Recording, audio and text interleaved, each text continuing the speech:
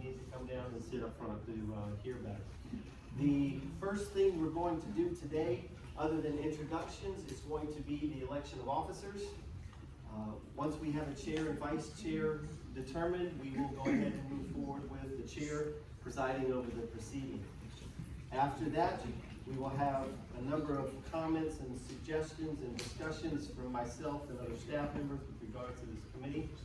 Discussions on the ordinance itself, the administrative code for this committee, and ultimately some sunshine law issues and discussions along with Robert's rules.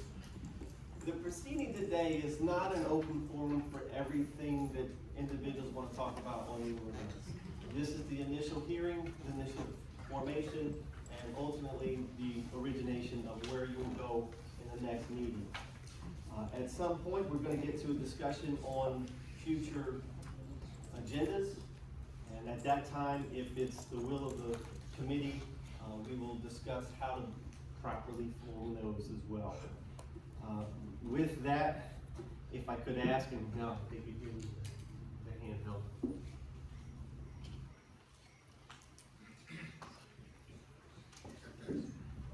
Put everybody on the spot and introduce yourself and any information you want to provide. Good afternoon. My name is Mark Spurgeon. I ride a bicycle, but no, I live on Boca Grande, have a business here, and have been familiar with the community since the mid-60s. And I have to stand. I'm Bruce Keenan, also a resident of Boca Grande for about 10 years, and before that from the cold climes of upstate New York. Hi, I'm Rick Ganong. I first came to Boca Grande in 2000. I've been coming here ever since. We bought a home in 2014, and I became a Florida resident 5 years ago. I'm Rich Weber. I'm also a resident of Boca Grande. Bought a home here in 2012. I've been visiting the island since the 1970s. Hi, I'm Sandy Stillwell Youngquist, and I'm a resident of Captiva in Fort Myers, and I own the Key Lime Bistro in Captiva, the RSW Airport, and here in Boca Grande. Hi, I'm Barbara McLaughlin. I'm a resident of Boca Grande, originally from New York, via Minnesota, and we are currently repairing our house that was damaged in the hurricanes.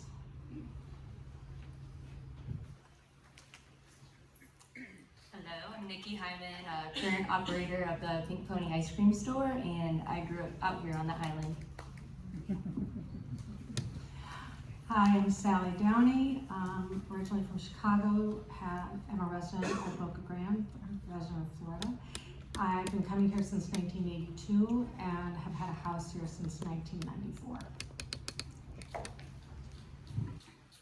Hi there, I'm Cheryl Shum. My husband and I own the Boca Beacon.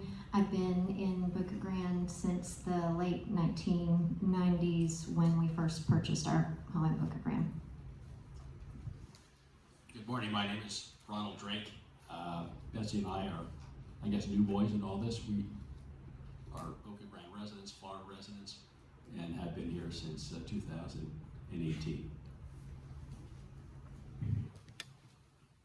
I'm Barton Stefano from South Beach Bar and Grill.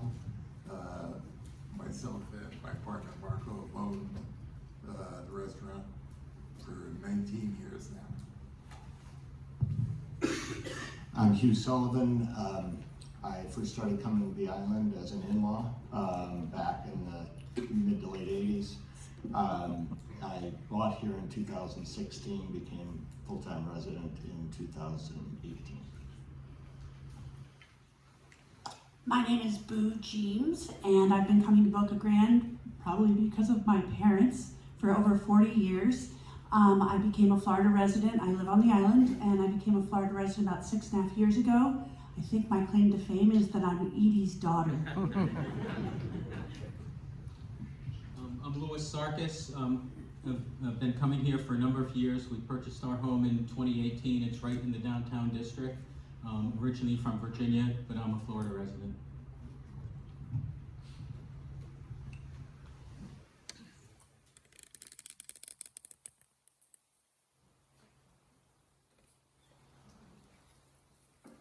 At this time, I'm gonna get away from this podium, but before I do that, we need to open the floor for nominations for a chair.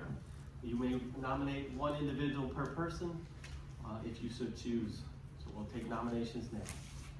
Yes, sir. I would like to nominate Hugh Sullivan as chairman. Okay.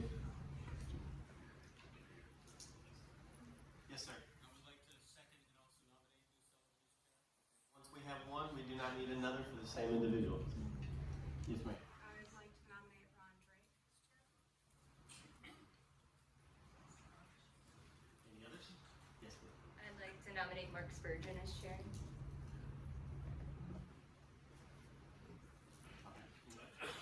I would like to nominate Sandy Stillwell Youngquist for chair.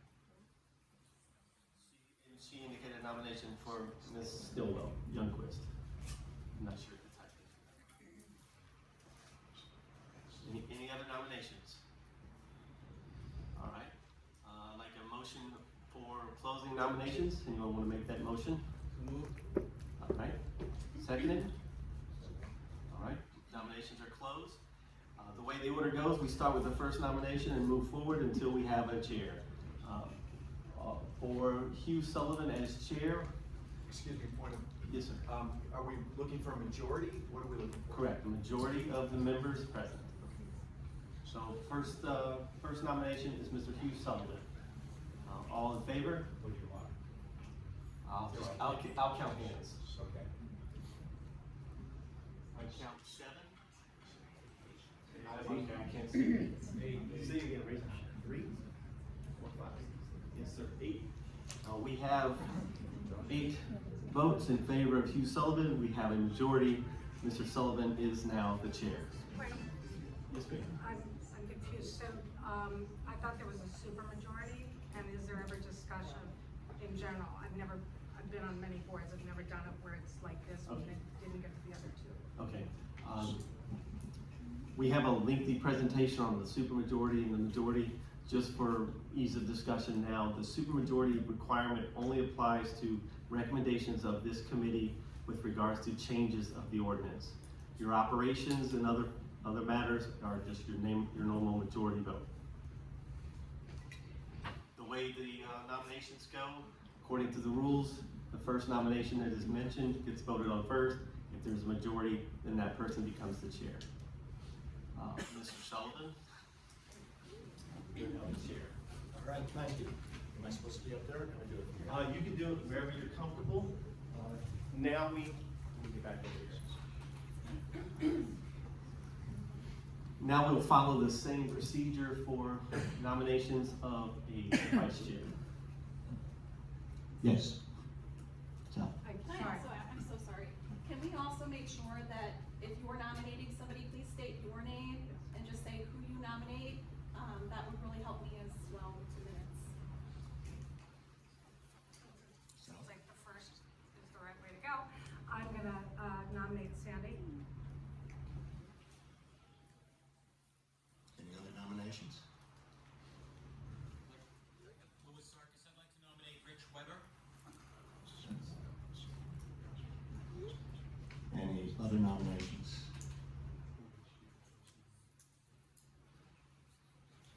Okay, if there are no more, we'll take a vote.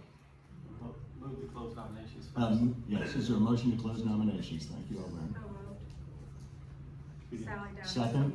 Sally, do we have a second? Okay. Nominations are closed. Who made the second? Ronald Drake. All right. All those in favor of Sandy Stillwell as vice chair, please raise your hand.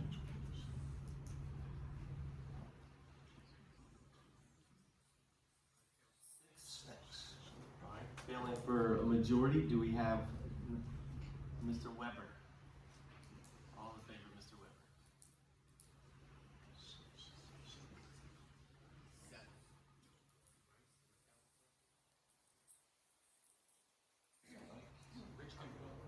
Rich, you can vote for yourself. Yeah, we have 7.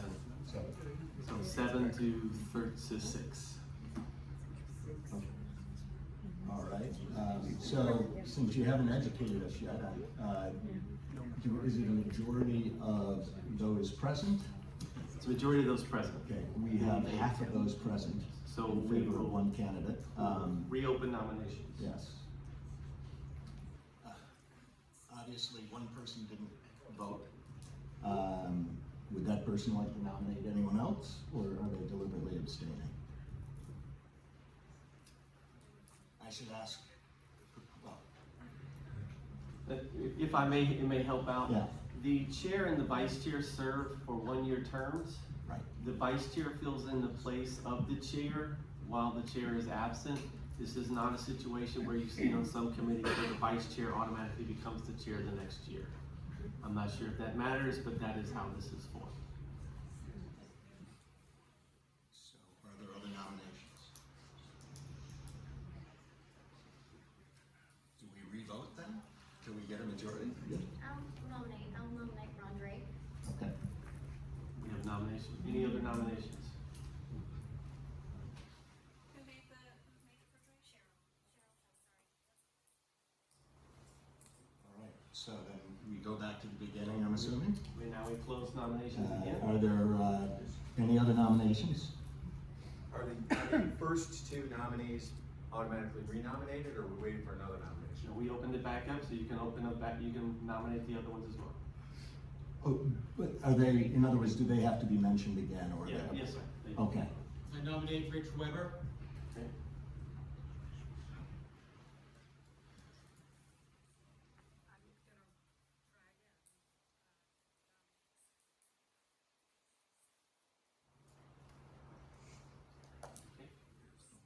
So motion to close nominations. So moved. Is there a second? Cheryl. All Who right. made the motion to close it out? That was Louis Sarkis. All right, all of those in favor of Sandy Stillwell as vice Oh, we chair? have to start with the first one. which Oh, is I'm Mr. sorry, Drake. you're right. All those in favor of Ron Drake? Okay.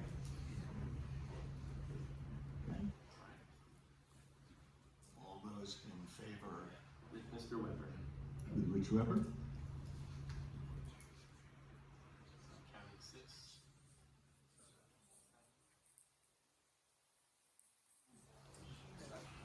Wait, recount that. I've got four. Three.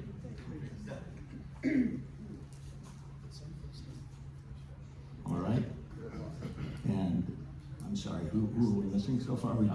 Now we have back to Ms. Stillwell. Back to Sandy Stillwell. All those in favor of Sandy Stillwell, please raise your hand. Four. This has never happened in the history of the 20 years I've worked. How many for Ms. Stillwell? There are four. Four. And how many? It's a majority. Mr. Drake. I think I counted three. Because that's seven. I haven't seen anyone abstain. There was three down there. So can you just recap, please, the I only second counted, vote? I only counted 13, Tim, 7 and 6. Nobody's admitting to abstaining. We missed a vote. We missed a vote. We missed a vote, okay? I had 3 for Drake, 7 for Weber, and 4 for Stillwell. First vote. Yeah, it'd be 14. Yeah, it's the first vote where we only had 13. And if you miss one, did you miss one? That's all.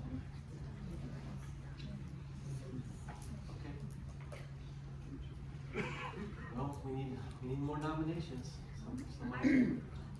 Or fewer.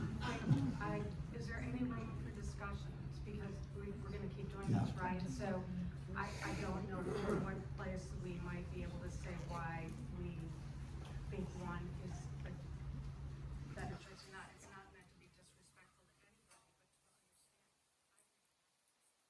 So there might be reasons why. We can open it up for, it's the chair's discussion. Yes, we can certainly open it for discussion from my point of view. As soon as there's no objections to discussion. kind of hard to do things from here. You wanna come up here? Yeah, I can't see if people are trying to say something. All right. Please. Oh, sorry, thank you.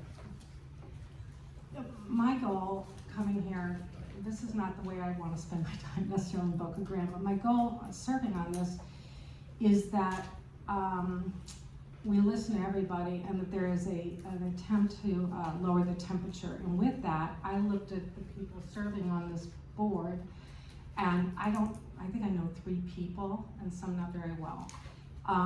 But I looked at whose names I recognized, whether they were part of drafting the ordinance, whether they were part of drafting the petition that went out, whether they had written certain letters that felt angry and not kind of just with a tone that personally I didn't care for. So I thought, what would make sense to me? There are people not represented on this board, whether it's someone in the fishing community, whether it's a business owner, a restaurant owner, somebody who might live in the Charlotte part of our island. And so to me, it made sense that with no disrespect to you, you've been a very vocal person, so your name is very familiar to me, and I've never met you. So I was looking for somebody who would balance that, and that is why I have picked different times people I've never met, but we've got somebody, I believe you're in Charlotte County, and I've never met you, and you're a business owner. It makes sense that we would have representation of people who are also impacted by this. Quite candidly, that's the sort of conversation.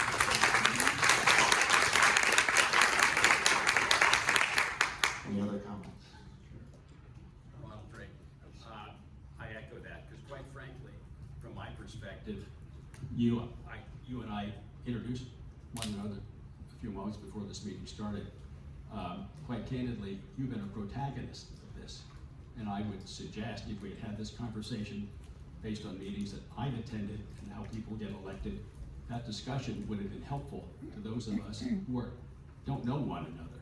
But I really don't think either that someone who is very pro or very con should have been chairman, quite candidly, because I think it will direct the mood and manner of meetings going forward. And I think someone that necessarily is a merchant in town, I think would have been terrific, or quite frankly, a real estate broker, someone who has a vested interest and knows it and knows the town well. Because quite frankly, we do need to lower the temperature of all this. Reasonable people, I believe, can usually find a way to resolve things. And it hasn't worked to date in this situation.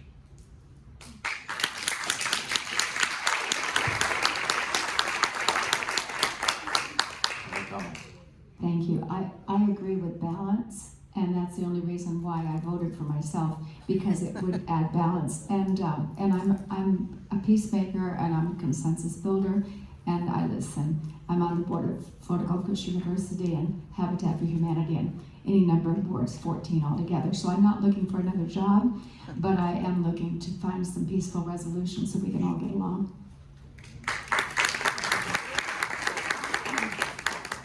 Mr. Chairman, I think that we may have had a failed vote count on the first, and we may reconsider revoting that first count, given that no one has agreed to abstain, that they abstain.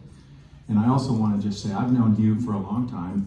He's a very fair-minded, clear-thinking person. I think he's going to make a great chair. Any other comments? I have one, which is, yes, I was a protagonist. I feel this ordinance is very important to the future of the island, given what's going on around us and the amount of growth in the region. But as chair, my job is to make sure everybody's heard. My job is to foster good communication and to run things properly according to procedure. I haven't run meetings to Robert's Rules of Order I used to run a lot of them 30 years ago, okay? So I will rely on some advice along the way. But I very much intend, when I'm chairing a meeting, to run a fair meeting, to run a meeting that when people leave, whether they agree or not, they genuine effort to hear opposing views and seek resolution that can work for everyone. In response to what you just said, and you said you're the protagonist, I would like to go back to this committee and ask that we look at then picking a vice chair that has had no dog in the game in terms of being vocal.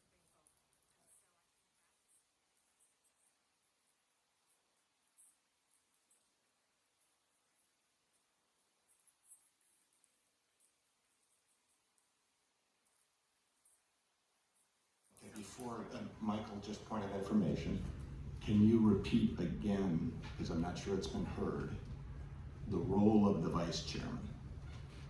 Yes, the vice chair serves in your absence to run the meeting. If this is not a situation where the vice chair becomes the next chair. Typically, the chair gets voted on, there can be two more, a chair and a vice chair different next year. Right. And is there any role that the vice chair has if I am present? No. Just And want to my- make sure everyone understands. And my point is, it is the visual. This is the first thing we are gonna walk out doing, and I'm hoping we represent that it is, lowering the temperature. All right. Are there more comments? Louis? I would like to also, since there was an abstention, could we have the first vote again, when it was 7-6, and call for any abstentions? Okay. Clearly someone did. Can we limit comments to other nominations first? We'll then close that out, and you can make that comment. Are there any other nominations? Is there a motion to close nominations? So moved. Louis, seconded by Rendrick. All right, so I think it's proper that we consider this question as to whether or not we need to recount the first vote. Is there any discussion on that matter? Well, I should say I'm interpreting that as a motion to recount the first vote.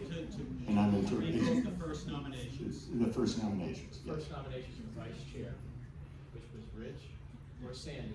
There were 13 votes counted. Right, so there's a motion, and is that a second?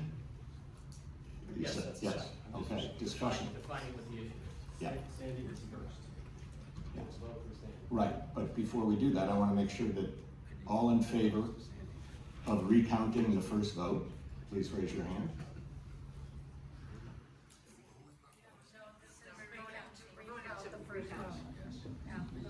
Okay, I believe that's unanimous. So we will recount the first vote. Okay. The order? This nomination is for Sandy Stillwell Youngquist for vice chair. All in favor, raise their hand high so we can see.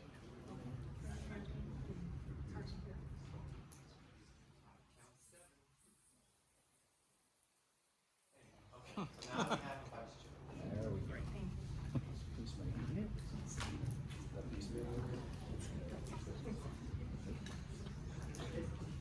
Okay. So I think now the order of events is really, it goes back to you, Michael, is that correct? Yes, sir. Okay. Actually, before we do that, because I think on the formal agenda, open discussion is next, but you have explained. Correct, that's what I wanted to do. That it's not. So what I would like to do, though, is, and you tell me whether this requires a motion or a decision by the chair. I would like to propose that after we go through the educational point, we have a open discussion, but solely for the purpose of if people have come here because they would like a specific item to be considered by the committee in a future meeting, and they want to speak to that item, please do so. Please don't do so if we've already acknowledged that item. But please feel free to, we'll have a discussion so that people who came here hoping to get something on the committee's agenda have the opportunity to do so. I'm sorry. Sorry, I apologize. I was hoping that was talking. Sorry. There are a lot of people here who are working on Island that are literally here because this is the second item on the agenda. I only know that because I've got somebody working at my house that said I'm going to this meeting.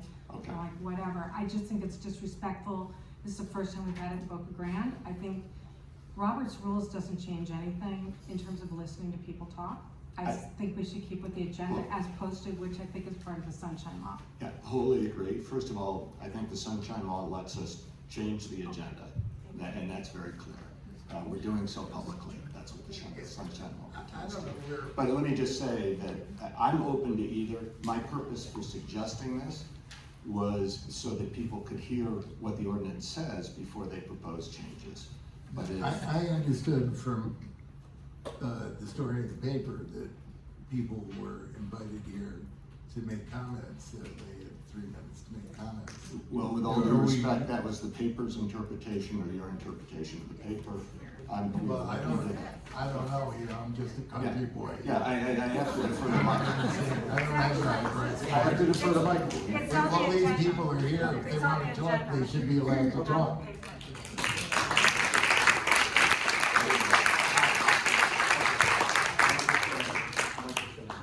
Okay, this was one of my reasons for the comments in the very beginning. This is the initial meeting of this board to create the officers and to discuss these items for your behalf. There is one item that is on the agenda. It's item 6. It's for discussion of administrative code, but also it has to select agenda items for future meetings. The members of the public, when they have public participation or to speak on the items on the agenda, that is for their comment. This is not an open forum to talk about everything under the sun. So for this actual hearing, we have like 4 items that are informational for the committee. Members of the public, as Hugh indicated, there will be a discussion of what the actual ordinance says, if that's helpful. The agenda has public comment before the agenda items. That's typically what happens, so the members of the public can speak on whatever items on the agenda that they want to speak about. It is normal for chair or the committees to move items around where it makes sense for the committee. It's up to your prerogative to do that. Is it fair to say that the sense of the meeting might be that there are people here that wish to express themselves? I like openness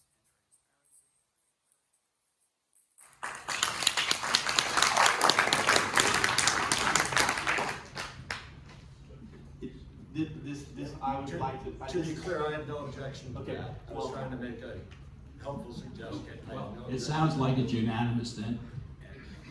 So at this time, what I'm hearing is we will start public comment on the items that have public participation today.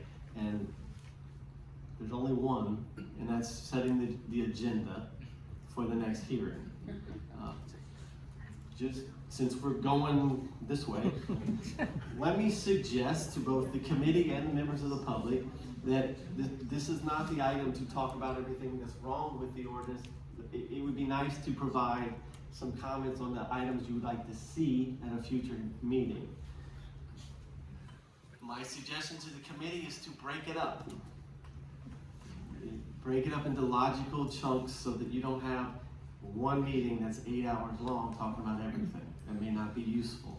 It's your prerogative to do it, but my suggestion is if we could have some comments from the committee as to how they would divide it up, maybe that might help some members of the public. And then if it's a matter that you're really concerned about the next meeting, maybe you can attend or find the meeting that works for you. That's my suggestion. You don't have to take it. The agenda that's published, number 3 is public comment, 3 minutes per speaker. And I didn't set that agenda. Who did? We did. Okay. And this is. So how did you envision it? Me? Yeah. To talk to you about what your rules are, and then go home. That,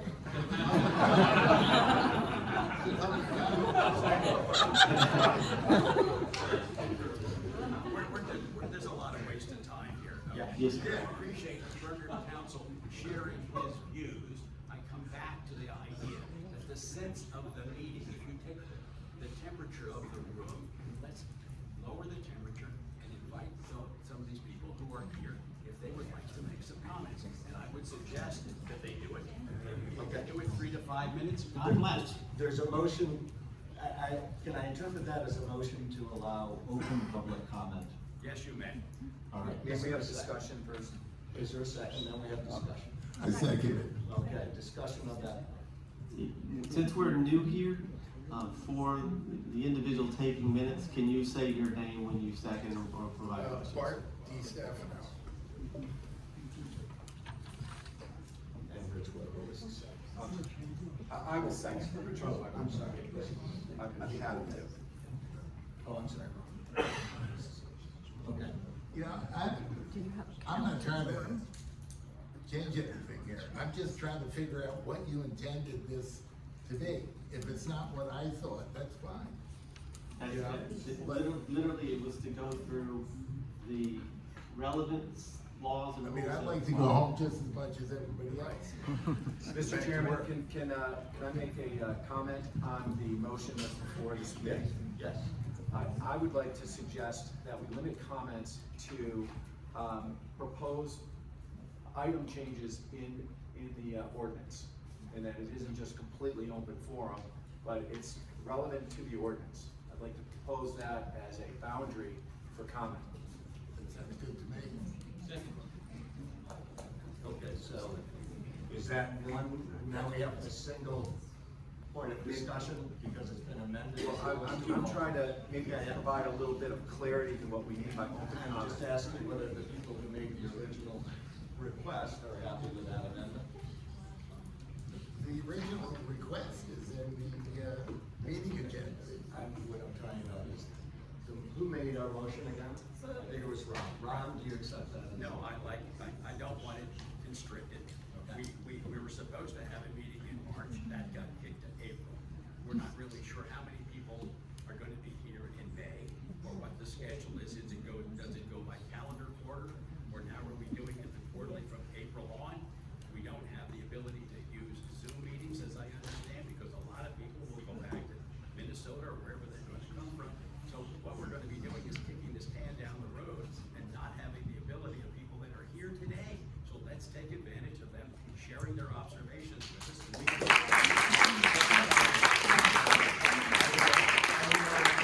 Please, let's keep it down so that we can discuss things as a committee. You know, it sounds like we will have a chance to speak. So, any other comments? Okay. Motion to close discussion.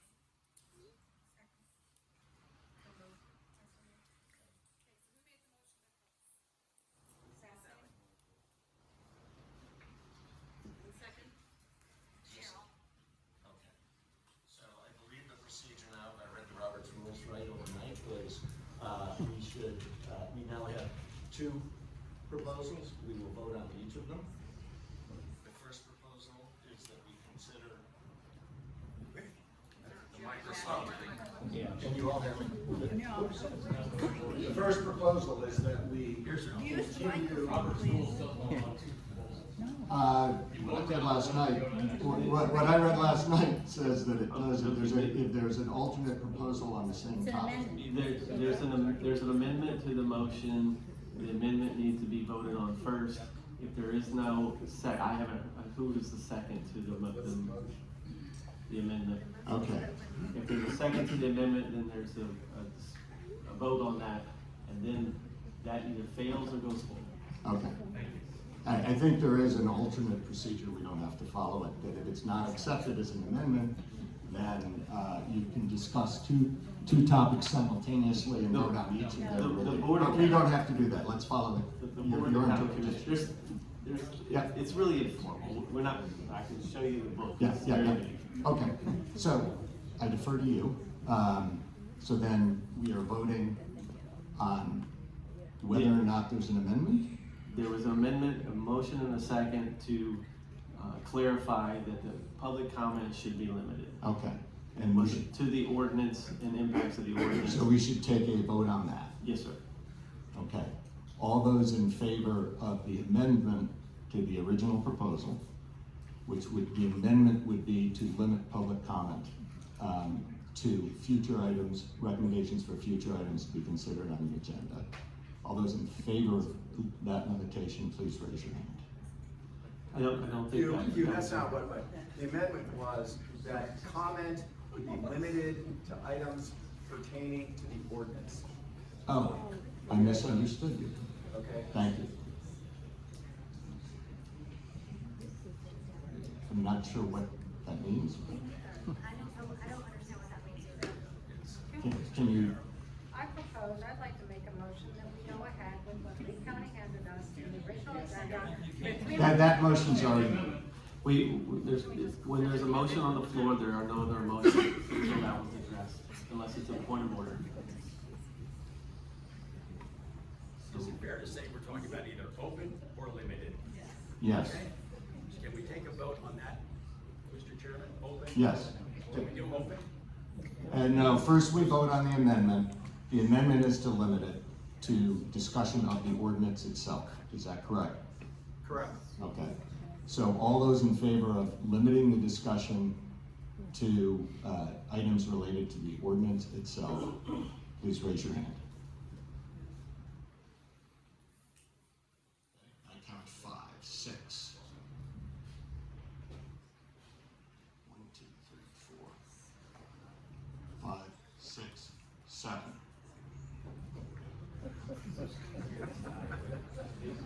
All right. All those opposed? Yeah, it doesn't, you're right, it doesn't get a majority, thank you. So, I apologize to everyone, I guess I'm learning a different view of Robert's Rules of Order, but we'll go to school between meetings. The amendment fails, the original proposal is on the floor for vote. Yep. Okay, all those in favor of the original proposal of open discussion? The original proposal was, and I'll speak somewhat louder so we don't have to wait on the microphone. Thank you, sir. Is to take advantage of the opportunity of the men and women that are here today at this meeting to share some comments with us, and we as committee members can learn from it. I think the openness and transparency will be good for all of us. All right. All those in favor of that motion, please raise your hand. You can have voted for the amendment and still vote favorably for this. Okay. I think we have a clear majority. Okay, we'll have open discussion. With that, I'm going to use some of our Board of County Commissioner meeting requirements. Every time we clap, it takes time. Every time, the board's typical demeanor is to not boo, hiss, clap, do anything to support or jeer anyone. Everyone's going to have different opinions. We're going to talk about any number of things today, so please refrain from the clapping and causing the delay. There is a sign up. You can, or jeer. It doesn't matter. You're just going to take additional time for the next speaker. There is a sign-up sheet in the back. You do not have to sign up to speak, but if you're here and you want to provide that you've been here, please do. You don't have to do it now. You can do it later. I guess this is the best location for speakers to come. I don't know if it's easier to go back around and line up. When you come up, please state your name clearly so our minutes can take those names down. It is 3 minutes. I guess I gotta stop. I'd also like to follow what's been used at the county recently, which is state your name and where you live. Okay, that's okay. Or if you have a business on the island, please state that. Correct. Typically this is a public participation where you provide your comment. It is not a back and forth with individual committee members. Refrain from providing direct attacks on anyone. Remain cordial, and whoever wants to start the show, please come on down. I do think it would also, for time, be helpful if people began to line up when you see there's not, so that the next speaker goes. I have a stopwatch on my phone. Would you please be the timer?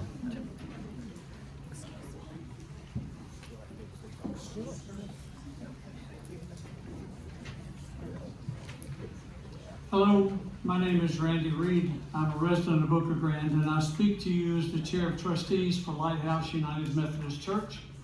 located at the corner of 3rd and Gilchrist for 116 years. The problems of littering, blocking driveways, and trespassing are serious and offensive. We churches on Gilchrist are not the cause of these problems. When this parking law was being developed, we didn't like the restrictions being placed on our church, but we agreed to work with it to try to make it work for us, with the understanding that we could come back and appeal if there were issues. Well, we're back. For the last 10 weeks, I've stood on the Gilchrist median in front of the church, helping people find places to legally park. It's usually further from the church than what they're used to, and my conversations with the people go something like this. Oh, you're having mobility issues. No, you can't park on the Gilchrist median right here just in front of the church. By the new parking law, that is now illegal. There are many troubles with this parking law, but at Lighthouse United Methodist Church, there's only one issue where we seek remedy. Please look at the map that we've passed out. St. Stephen's and the Baptist Church both have medians, Gilchrist median available to them for parking. Lighthouse United Methodist Church has one section of Gilchrist median, and we must share that with the Episcopal Church. There's simply not enough parking for two busy churches. This is our specific request, and I'm going to read this. For Christmas Eve and Sunday morning worship, extend our parking to the section of the Gilchrist median just south of 3rd Street, shown in your map by the green circle. We will not request special event parking on the Gilchrist median south of 3rd Street.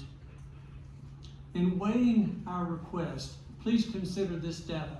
For Easter, our in-person attendance was down over 30% compared to the previous 2 years, while our online attendance was up over 40%. That tells us that people are having a hard time parking to go to church. This parking law is creating a barrier for people to attend our church. We ask that you recommend in favor of our request. And thank you for serving on this panel.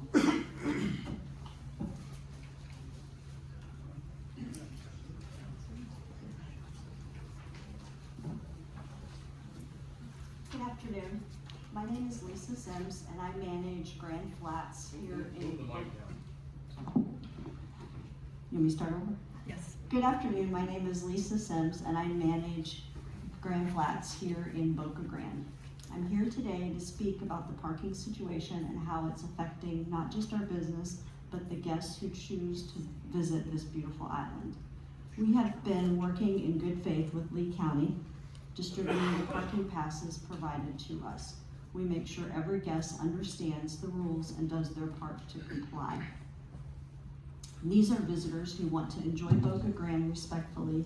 They're not trying to bend the rules. However, despite having valid passes, many of our guests have experienced confusion, warnings, and in some cases, what feels like unnecessary confrontation.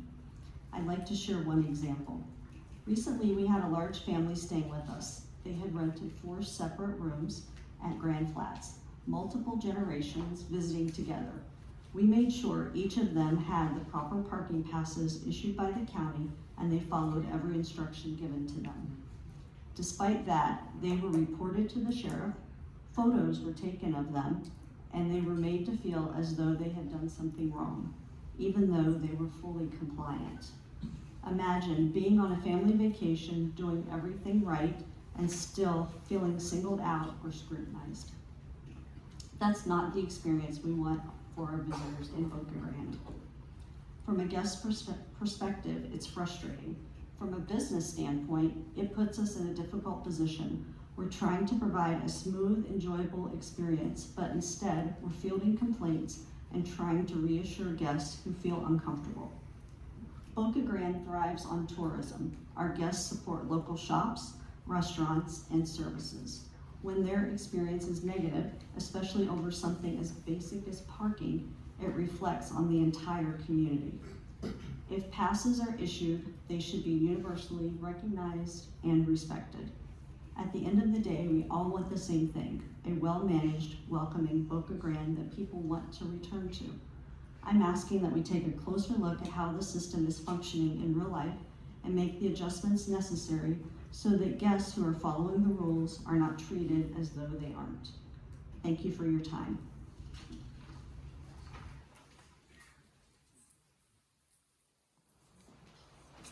Good afternoon. My name is Brooke Sparks, representing Gasparilla Adventures on behalf of Dwayne Zobrist. He did intend to be here today, but unfortunately he ended up in Los Angeles and his bags in Minneapolis.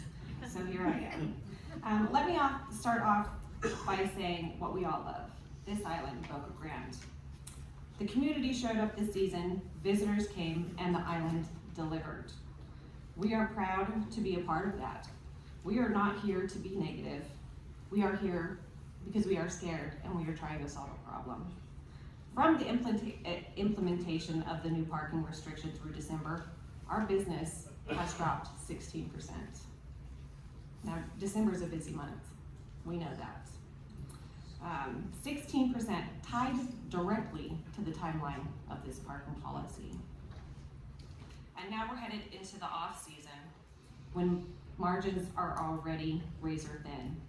If this is what the good months look like, what are the slow months gonna look like?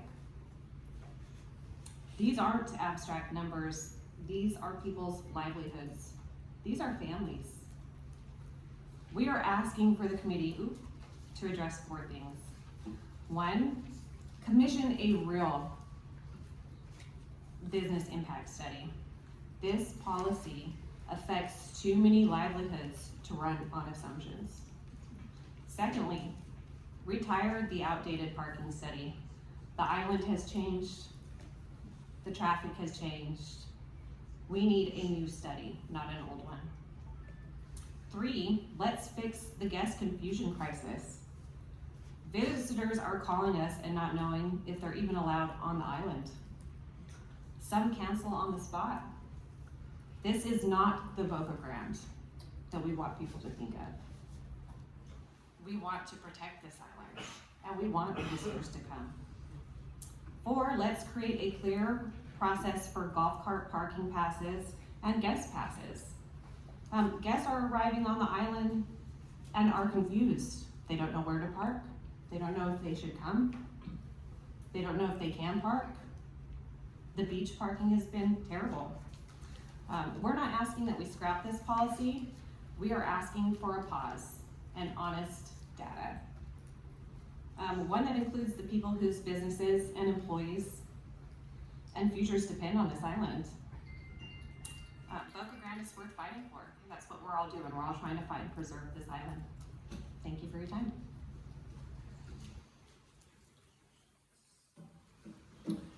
Good afternoon. My name is Lee. My family owns Boca Grande Cart Rentals. We've been operating on the island for 25 years.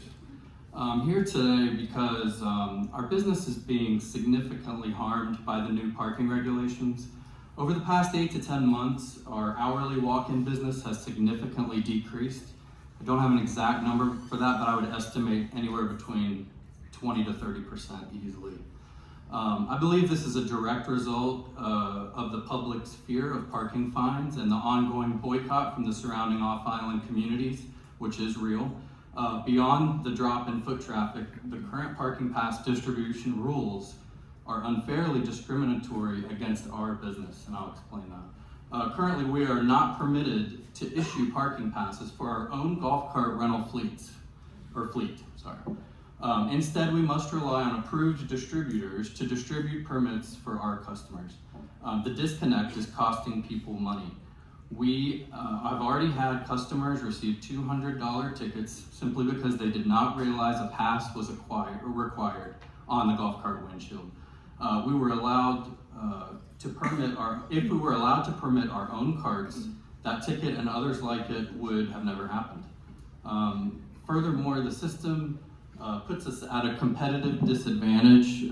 For example, the Gasparilla Inn has its own rental fleet and they are allowed to permit their carts. However, we also have many customers staying at the inn, and under the current rules, our business is at the mercy of those like the inn to decide whether their customers get a pass or not. There is nothing in the rules forcing them to provide a pass for our golf cart rentals. While not an issue currently, as we have an understanding between us that they will permit our carts, what would stop the future of a potential cutoff happening like that? So to be clear, the issue's not with the Gasparilla Inn, it's not their fault, but instead it's a flaw in the county's parking distribution rules. So we're asking for a simple modification of the distribution rules allowing on-island brick-and-mortar golf cart rental companies to authorize and provide temporary passes for customers staying multiple nights. We know exactly where our customers are staying and for how long. We can provide secure, adhesive passes that won't be lost or stolen, which also relieves residents of the burden of using their own limited guest passes in those cases. So that's pretty much it. Thank you.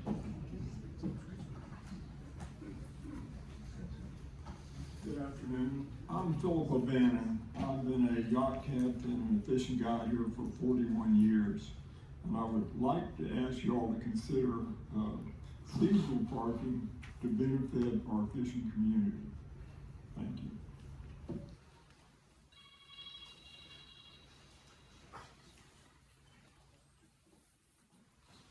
How you doing? I am Gary Cross, Executive Director of Boca Grande Chamber. Thank you for the opportunity to speak today.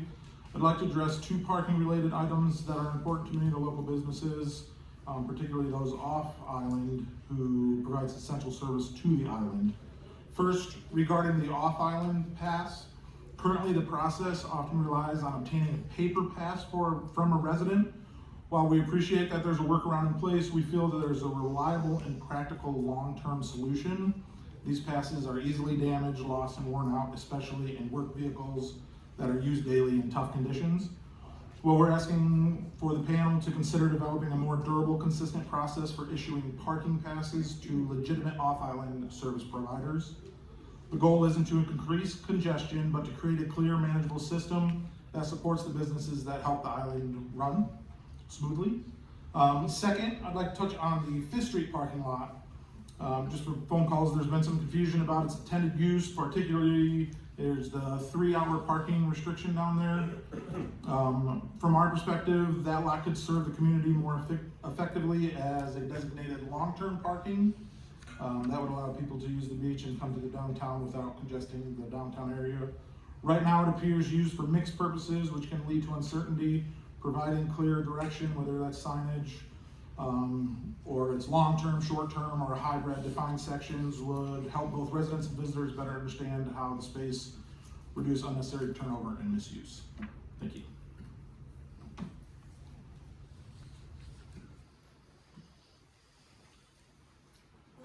Hello, my name is Liz, and my family has been coming to this area and lived in the Placida area since the 80s. I personally have been coming for a very long time, and I now reside in South Gulf Cove. I have many, many friends who work on the island, and many of my own clients who have decided to join the boycott of the island. And I just have two little things that maybe could be on an upcoming agenda that might speak to some of these. The first one is my friends who work on the island, a lot of times they use different vehicles, and the current passes needing to be affixed to the outside of a vehicle does not allow for any movement for that person to switch vehicles. It happened this weekend to a girlfriend of mine. She had to use a different car, place the permit in a different location on the car she was borrowing, and got a warning. Granted, it was not a citation, but it was a warning. So my thought would be maybe if they were handled more in the same capacity as a handicap placard or something like that, where it couldn't be stolen, it would be inside, even with tinted windows, it could be visible. The second thing would be speaking to the businesses that have been so affected. Being an off-islander myself, most of my neighbors have decided not to come to the island anymore, and they're very, very angry. And it's part of the reason they bought in the area they bought. So one thing that maybe could be considered in the future is allowing the purchase of a pass for the local residents to be able to use the facilities and everything that the island has to offer. We wouldn't mind paying for it. We already pay to come over the bridge. But it's one of the reasons we all moved here. So unless you're willing to get up at 6 a.m. to go to the beach anymore, you're not going. So maybe there's a solution moving forward that would allow the local people to be able to utilize the beach again and be able to get a legitimate parking pass that they could use. Thank you. What is your last name, Liz? My last name, Benke. Thank you, you said? B-E-N-K-E, yes. Thank you very much.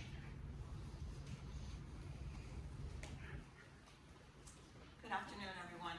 My name is Nancy Martin, and I'm a full-time Charlotte County resident. I was born and raised here in this beautiful state of Florida. Like many people that I've known throughout my life, I have not moved because of the beach.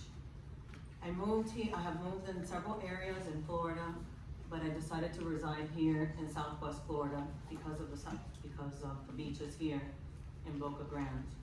Sadly, I have not crossed that bridge since enforcement started, only because of the chaos and the confusion and all of the signs.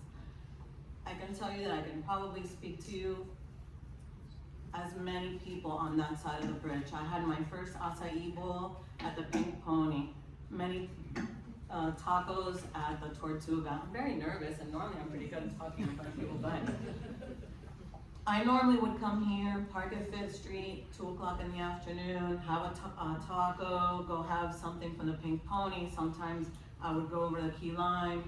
You know, in the evening, we would come to Scarpa's, the Temptation, South Beach Grill, but we haven't crossed that bridge because it almost feels like a part of us is missing. And I've only lived in this area for just over 10 years. I have lived in Florida my entire life, but this area was so welcoming, and that's not the way that it really feels anymore. It almost feels like a part of us has died. I hate to say that. But I'm coming here and asking if there could be maybe a compromise, like a seasonal restriction, or maybe if some restrictions could happen, like, you know, the even numbered streets on Monday, Wednesday, and Friday, maybe those days that we could park there, or, you know, on the odd numbered, you know, streets, maybe on other days of the week, or maybe do a restriction on just the weekends when there's so many people coming to the island, and maybe, you know, for us older people that are retired and have gray hair, that we could just come during the week. It would really make, some concessions would really lower the temperature, like you were mentioning earlier. You know, the Charlotte County and Lee County have coexisted forever, and maybe Lee County feels that you guys don't need us, but your airport is in Charlotte County. I'm sure a lot of you fly in on your jets there. When your aquifers are running low, it's Charlotte County that comes and bails you out when you're running low on water. And yes, you all pay for that, but we're like a united community, and that's not the way that we're feeling now. So please, if you could do some concessions, maybe a seasonal concession. For me personally, I never come in the winter because the water's too cold for me. I just come to the restaurants. But now with all the signs and the, oh my God, what happens if the Temptation takes too long? You know, I want to go to Fagotti's to buy something. You know, I haven't come back. So please make some concessions, and thank you for your time.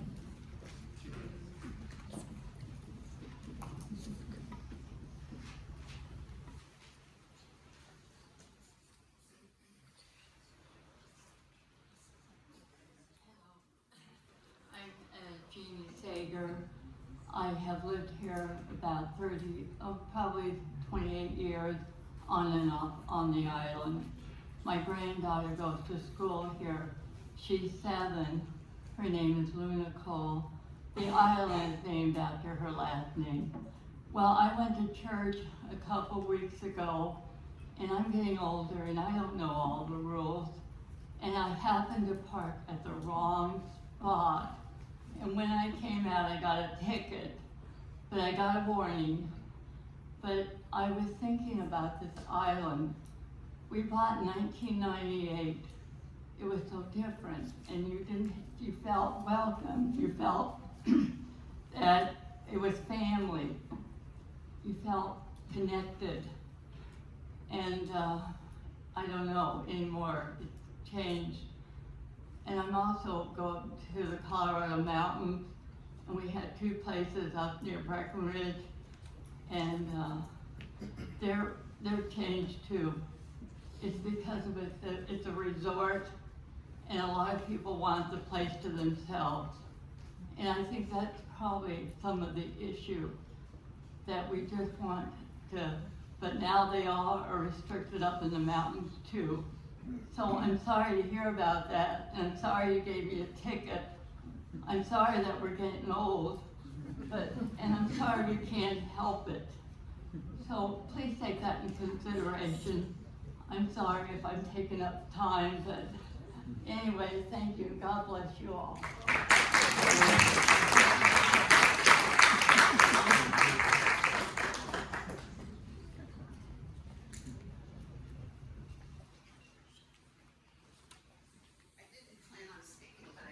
Chime in. My name is Cindy Crespo. I work for the Boca Grande Historical Society. I also work at the United Methodist Church on Sundays. I've been a part of this island since I was born. I'm 57 years old. I understand the parking ordinance, but I would also like to speak to all of you as part of the board. I think there would have been a better way to go about understanding the ordinance, is having a formal town hall meeting, not these orchestrated, scheduled venues where the commissioners would come and explain the rules of the parking ordinance.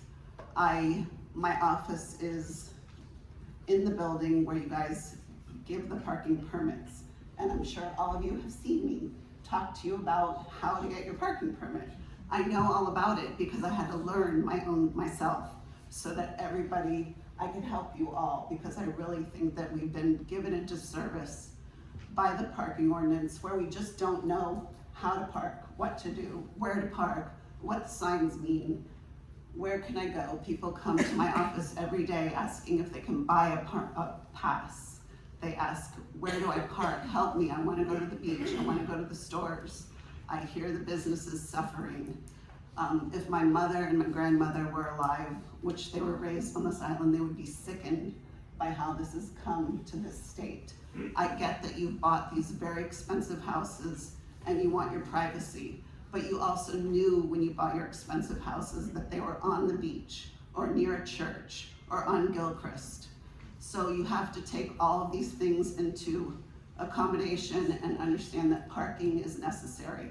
I grew up in Miami. I saw Miami Beach parking transform. We had parking meters, not 3-hour limits. We put coins in. If we over limited, we got a $15 ticket, not $280.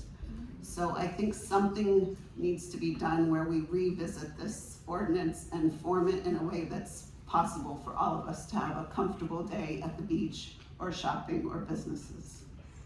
Thank you.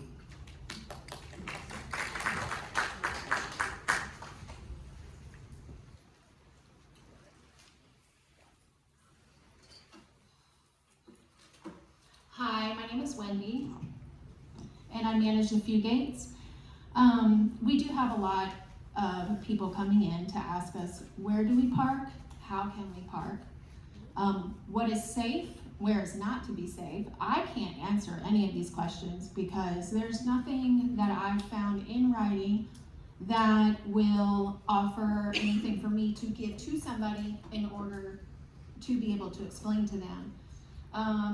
I'm also coming from a business side where if we compare last season to this season, in these times, we as a business are down 18.2%. So if we're down 18.2%, I'm pretty sure a lot of the other businesses around us are kind of suffering as well. We're asking if there's a way that, you know, after everybody goes home, you know, people start to kind of trickle off after Easter, and then, you know, when the inn closes, if we can lift for the summer the restrictions to give the off-islanders a chance to come over here and enjoy the beaches, but also give us as a business a fighting chance to survive, because in the summer months, you know, businesses are barely making it at all. But if nobody from on the outside wants to come over here, how is anybody supposed to survive? And if we're at an 18.2% down, it only takes 5 seasons. And then those businesses have to start packing up. And then once the businesses start packing up, how does that impact the island's overall value? So I kind of look at like a little bit of the whole big picture. I do feel for the homeowners who have been affected personally by those few that have came over here and ruined it. So yes, so that's what I'm asking. Thank you. Wendy, what is your last name? Davis. Davis? Thank you. Thank you.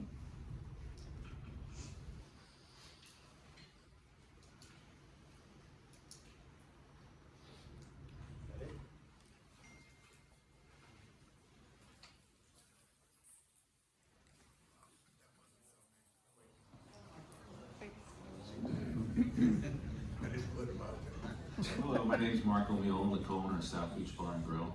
I wasn't going to speak here today because I've spoken opposition at every other meeting and down at, and on Wink News and television. But I really want to applaud some of the businesses coming up and speaking today that they hadn't before. I don't like giving ammunition to people that are boycotting. That's really disturbing, and the stuff that's been seen on Facebook and people admitting that they're boycotting really affects the business on this island. And last time I spoke, when our numbers were significantly down in November and December, which are thriving months for us usually, there was a lot of ticks on Facebook and social media saying, look, it's working, let's do it, let's keep doing, fight, fight, fight. But you're naive, I mean, if you're doing that. I mean, you're hurting yourself. I understand that we have to revise things on this committee and go forward and try to find new parking or seasonal parking. But the numbers are real, and if a real parking study is not done, then everyone's just going to be kicking the can down. So I really want to urge the people off island, because obviously it's on TV, to not boycott because you hurt the businesses. Let's work together, work with the businesses, you support them and show them. I mean, it sounds kind of funny, you know, when you're a child and your mom says you can't do something, do it more. So I think if you want to affect the people that put this ordinance in, you come support the business and take their tables, take their seats. I mean, I'm being funny about that, but you know, you should frequent the island more, not less. We are worried as well as a business going forward, and like I said, I don't want to give ammunition to this boycott, but you know, if the numbers are down for these businesses when it's thriving in February, March, and April, what are those numbers going to be in June, July, August, September? So like I said, let's urge the off-island community to work with us and support these businesses. Thank you.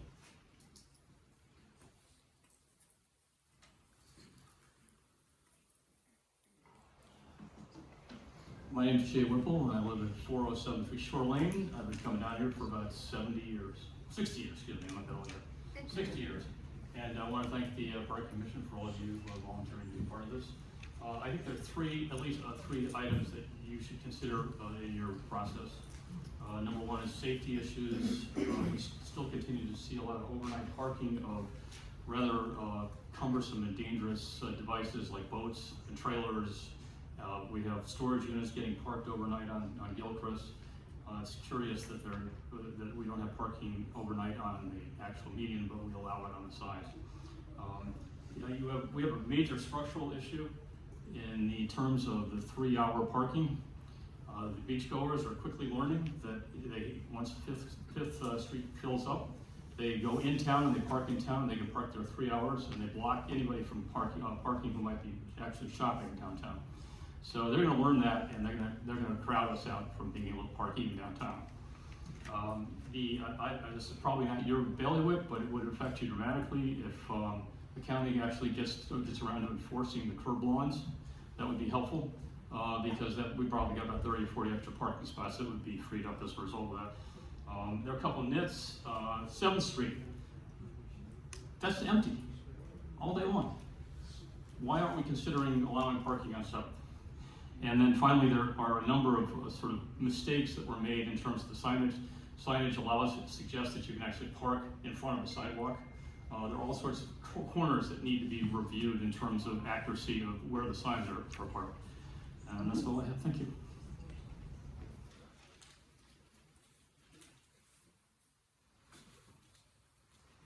Good afternoon, my name is Jeff Landroth, and I live in Placida, and I just want to say I'm also a volunteer for a group called Open Shores of Southwest Florida. So we're a volunteer group, and predominantly we're all Cape Hayes Peninsula residents, right?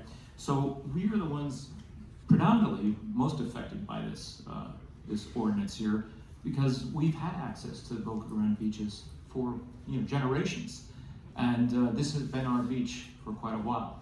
But what I would like to say, two things here, is that on March 31st, that group, the Open Shores of Southwest Florida, had put together a very lengthy email and sent it to the commissioners of both counties here, Lee County commissioners, Charlotte County commissioners, to our state legislators, right?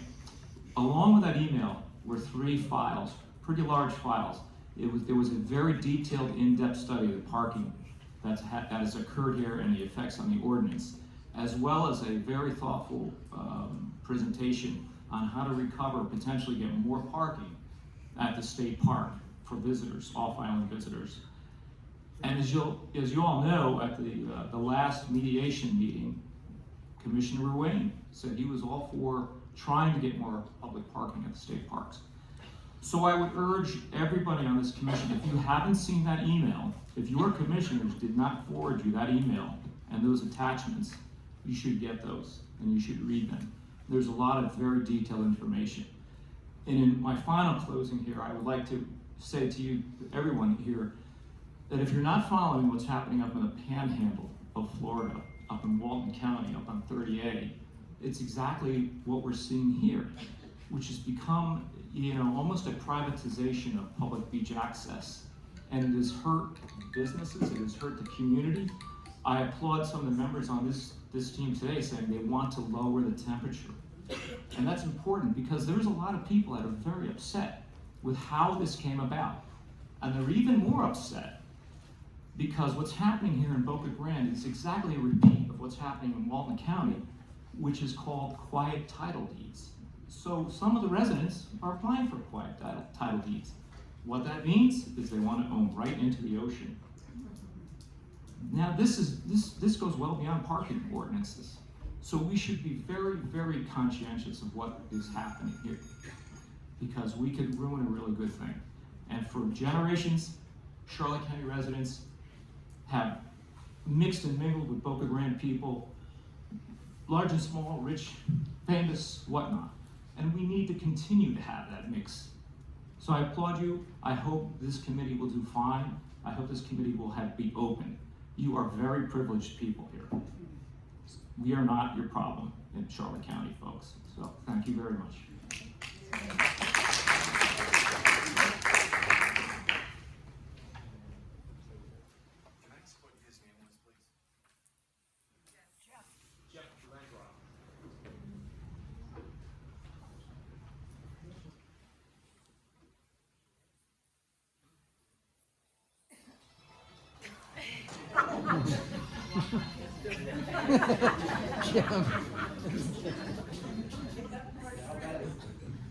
I just declined my wife's phone call. At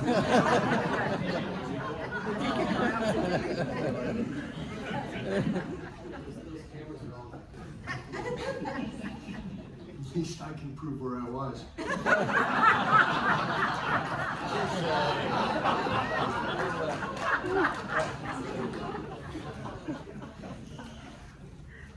That's about as lighthearted as this is going to get. When I drove down East Railroad Avenue this morning, I'm sorry. My name is Frank Newland. I live across the street on 141 Park Avenue. And when I drove down East Railroad Avenue this morning, I saw what I thought I had seen before, and I'm shocked. The cynical, what this man said, privatization of the beach runs all the way east, and there's one little tiny piece of road where you can launch a kayak, and the rest of it is no parking unless you have a permit. I don't know how many permits have been let out, but surely every one of them could fill the East Railroad Avenue and leave parking spaces left over. Anyway, my grandmother would be rolling in her grave. She probably would have sold her place when she found out that the beaches had been cynically and completely privatized. Thank you for listening.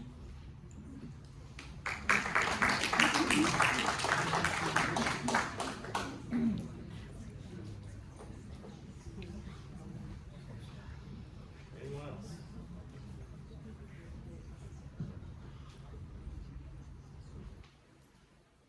I don't want to cut anybody off, but anyone else want to come down?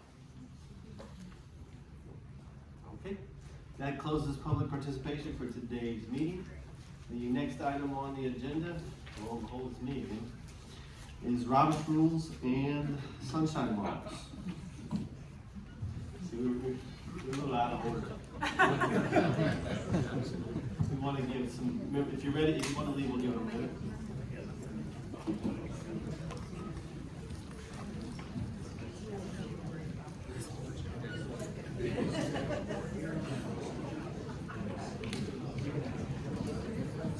Ask Q. Q, they're requesting a break. Okay. Yes, sir.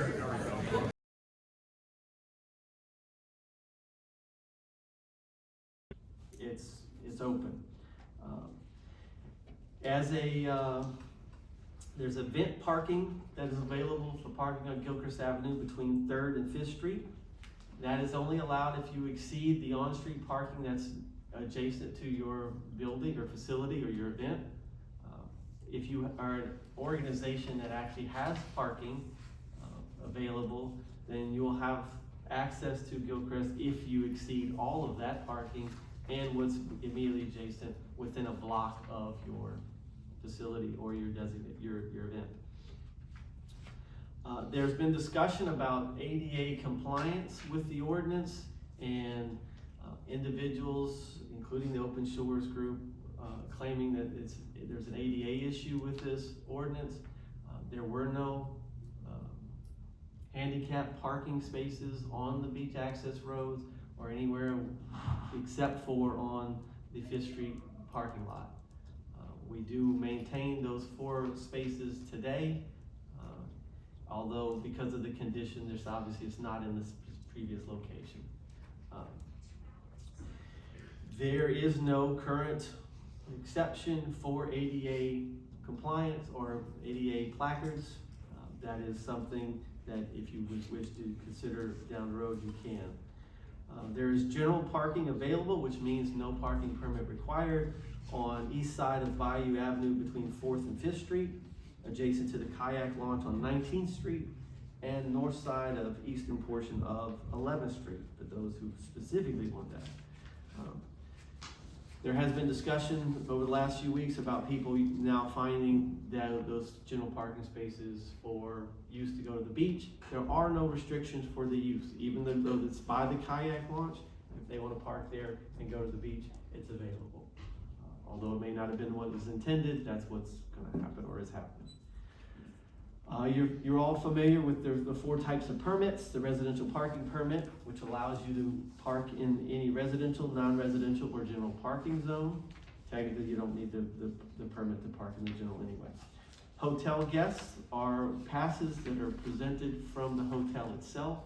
We heard an individual today wanting to expand that to allow for golf cart, brick and mortar golf cart business.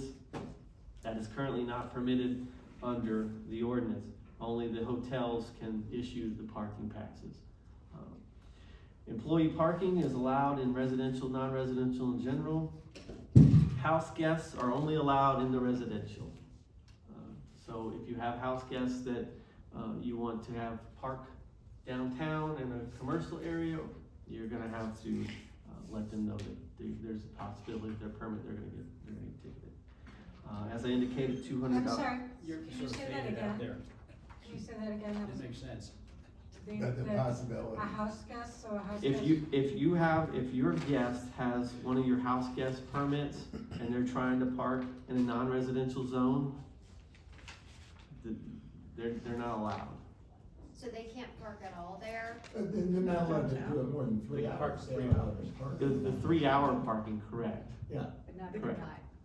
What's that? Not overnight? No, not Right, they can park overnight. it by 3 You're hours. not allowed to park boats or any of these other things that we heard. There are exceptions to the rule, and there's a number of those. I won't go through all of them, I'll just go through the highlights of them. Lee County vehicles, sheriff vehicles, the state agencies where their employees are here for turtle season and other activities. The one that I think you're gonna need to look at carefully is the temporary parking while providing services. Say that again? Temporary parking while providing services and construction related. The ordinance has such a broad language that it is next to impossible to limit what that could mean. Housekeeping, tile workers, florists delivering flowers, people working on your front yard, your landscaping, all of those things are exceptions to the rule. Now, how the sheriff enforces that, my suggestion is if you have home services, people coming to your house that are gonna use the exception, that they have some way of identifying that vehicle, because if they get ticketed, then they have to go and deal with the ticket. This committee doesn't deal with tickets. I know the individual was talking about her ticket, that's not what your role is, so. Question on that, does the ordinance allow us to treat, if the service provider doesn't have a marked vehicle, can we give them a house guest pass? That would be your guess. While they're doing it? That's There are another guests alternative. that work in their Correct. house, so that's a workaround in the short term. Correct. Let me see what else. I'm so sorry, but I Sorry. know I don't think I'm the only one confused. Can we go back to the D house guest? Okay. And I'm basing this off of an article, there's a Q&A with Lee County and the Boca Deacon. Question is, can house guests with a D house guest permit park for more than 3 hours in a 3-hour non-residential zone? The answer from, I believe it was Lee County, the type D pass is exempt from the 3-hour limit in the non-residential zone. Is that what you said?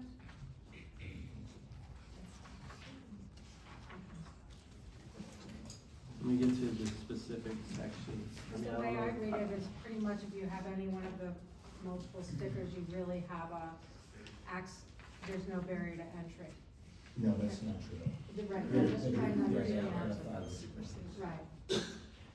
The ordinance, guest pass is different than a sticker. But I'm just looking at the answer, so I'm just trying to understand.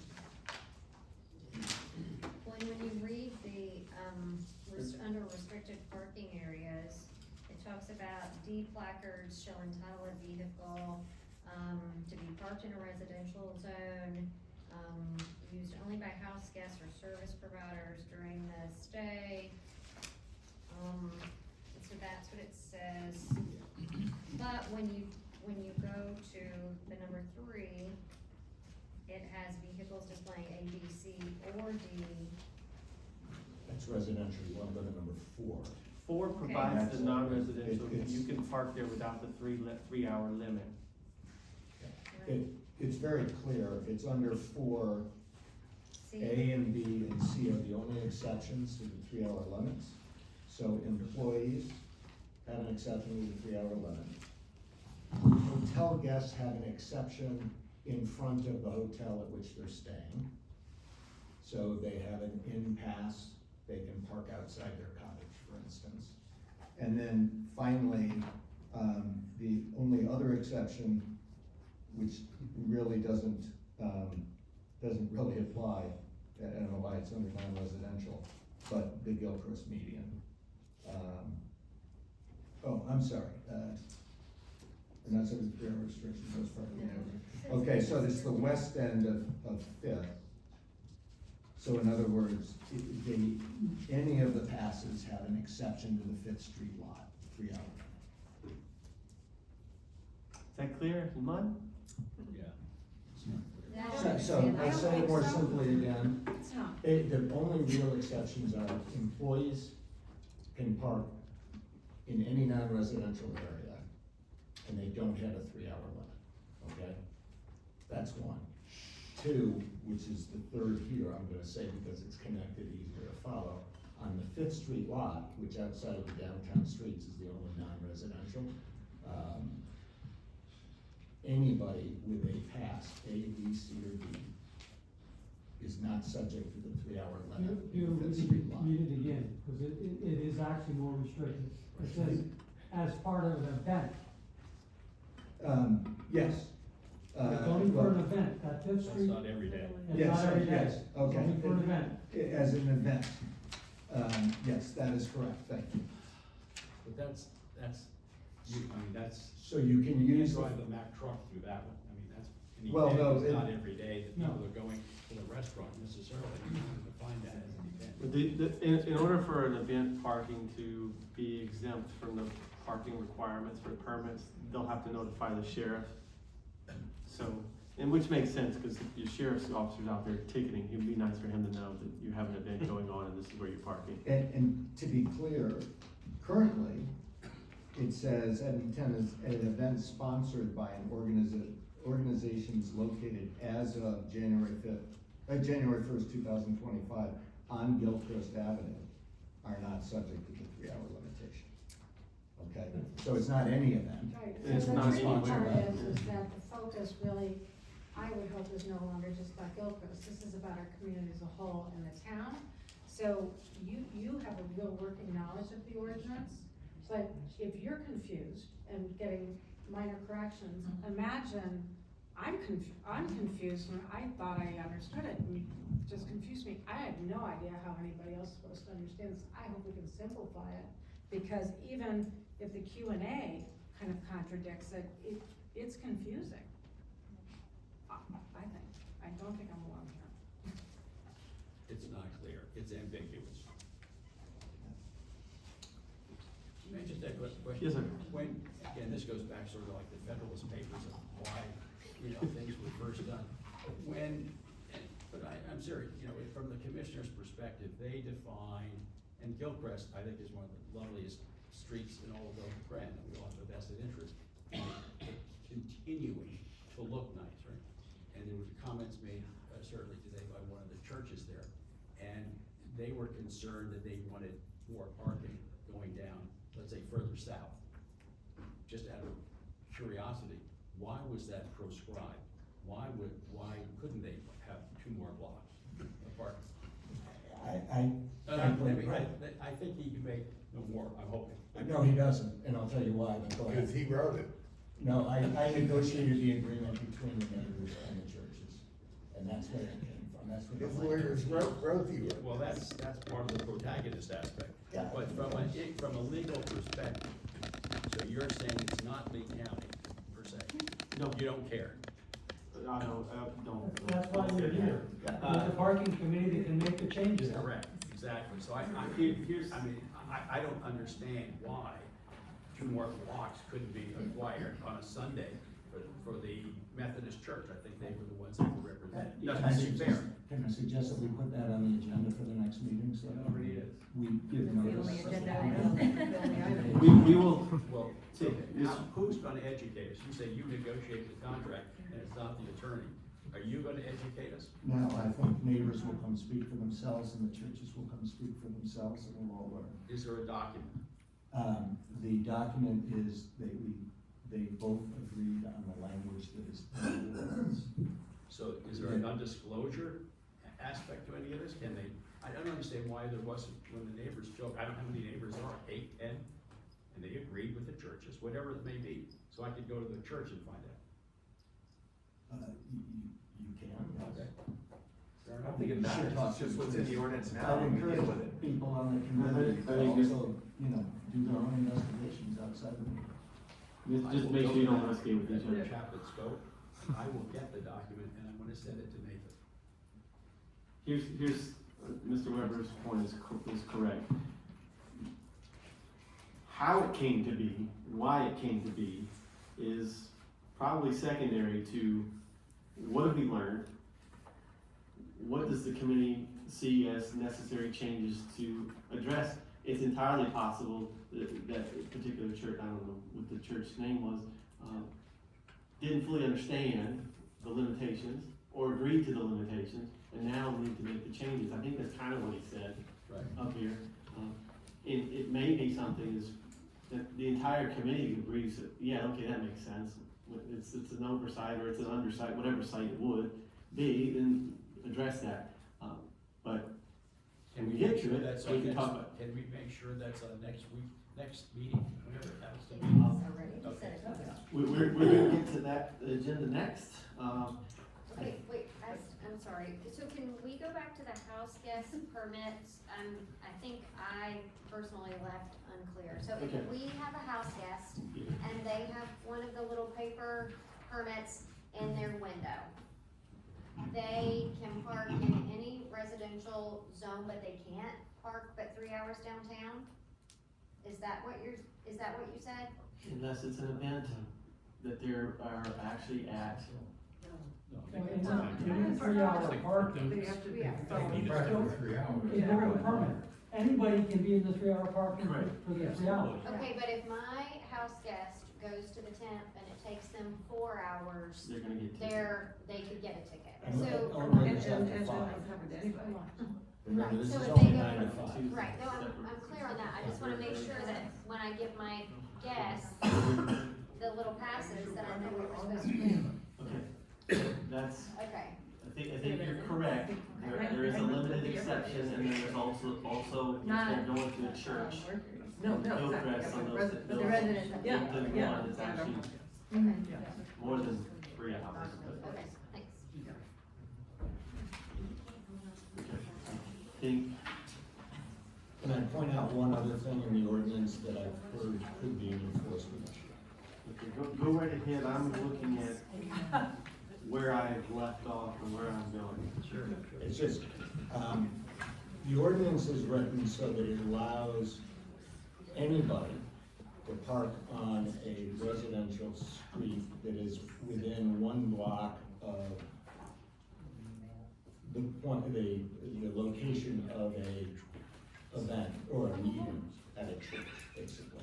Or technically, it also applies to the Beach Club because it's organizations who are on Hillcrest on January 1st of last year. And that's because obviously they can't get an event to use the median if there's parking within a block. You gotta let them use the parking within a block, whether they live on the island or not.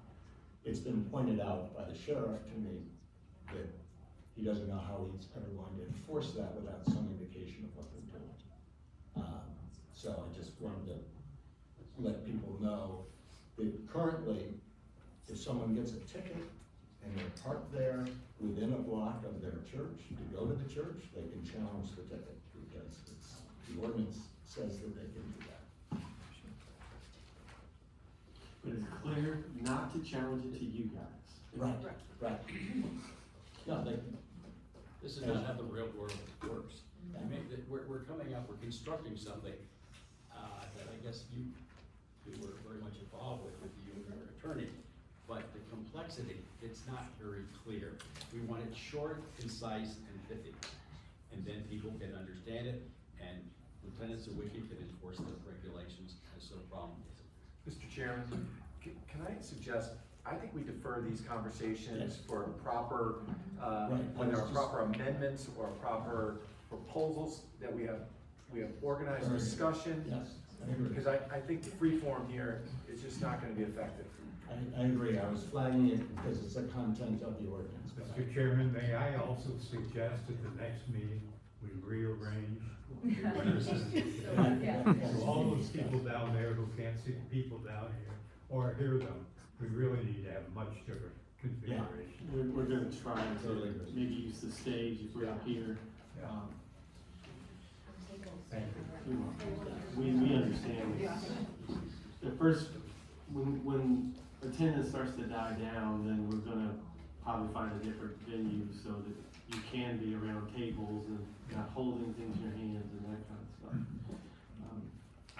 All right, so that's the overview of the ordinance. It is clear in some areas it could use some clarification. We understand that, and thankfully that's what 15 individuals get to do. Let me see, are we done with that item? I think we're done with that item. Is there any more, if you have other questions on the ordinance, let's go ahead and go through those now. If not, we'll move on to what we've already been talking about, the agenda and the administrative code. I have a question about like the right-of-way issues and like DOT's involvement, like how we go about that. Like, I'm not sure how that works exactly. Is that part of the agenda items, or is that a totally separate conversation? Right-of-way is you're referring to probably the planters and the plantings and those types of things is not within the purview of this committee. Likewise, access to the water and people using the beach is not within this committee's purview. It is centrally located, and this, nice question. DOT is here. This is a DOT, So like committee. there's awareness of it, but there's nothing being done about it is my confusion. And that's code enforcement, and that's DOT. As code enforcement, it's Board of County Commissioners, it's the owners of the streets, it's a number of other things that aren't associated with the actual ordinance. Wasn't there an order that was given by Lee County to remove I'm gonna ask that all those plantings and restore the old parking spaces? Here's what I would suggest. When we have questions that go outside of the purview of the committee, you ask DOT staff or whoever is the appropriate staff members to provide that to you offline or outside of the actual meeting. What we don't want to do is have a room full of people coming and telling you about the sand on the beach, people's activities on the beach, the use of the right-of-way for planters and what people have done. Because the focus is everything you've heard today is how is the ordinance, what is it doing, how can we change it, what amendments, what things do we need to change for the ordinance, not whether or not county code enforcement is involved. You know, if they're enforcing the regulations that are in this ordinance, you know, and we're responsible for making some suggestions and things like that, we ought to be aware of what else is going on. This is all the same issue, basically. It's relevant to the Is the ordinance. parking, because we lose parking spaces all the time. So is anything being done Yes. to recover those parking spaces? And maybe then we meet the state regulations for how many parking spaces we're supposed to have for public beaches. You know, so I you understand. say it's out of our purview, but it's all part of the same issue. Here's where we really need to focus on the ordinance itself, the language that we talked about earlier. No, What that's the fine. justification for doing things and why the ordinance was adopted is kind of done already. Now we need to figure out what's the real world implications of the ordinance and what do we need to address with it. Yes, Ms. Mason. So, completely hear what you're saying, but we have the two people came up from the Methodist Church. So they came up and very articulate, said what they had to say. I certainly listened to that. So I look at our group and I say, okay, this is what they have to say.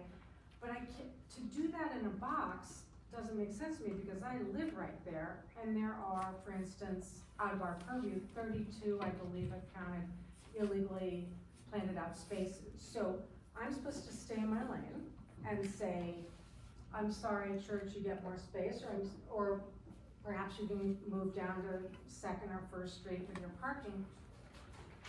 But there are, within a 1 block range, going east, west, north, and south, 32 planted out spaces with boulders, dead plants, and or new planting. That removes no new old trees.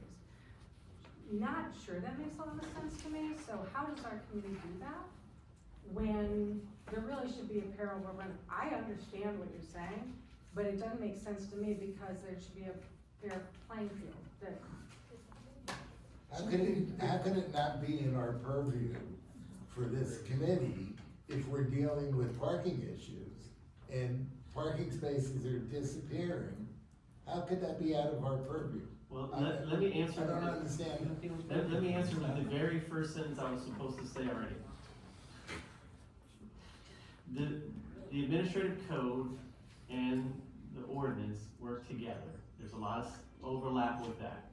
The administrative code is what directs this committee and how it's been created. The purpose, which is sentence 1, the Boca Grande Parking Committee, not the Historic Preservation Board, is responsible for evaluating parking conditions on the Lee County portion of Gasparilla Island and reviewing and making recommendations to the Lee County Board of County Commissioners concerning proposed county-initiated amendments to the Boca Grande Parking Ordinance. That is your purpose. Okay?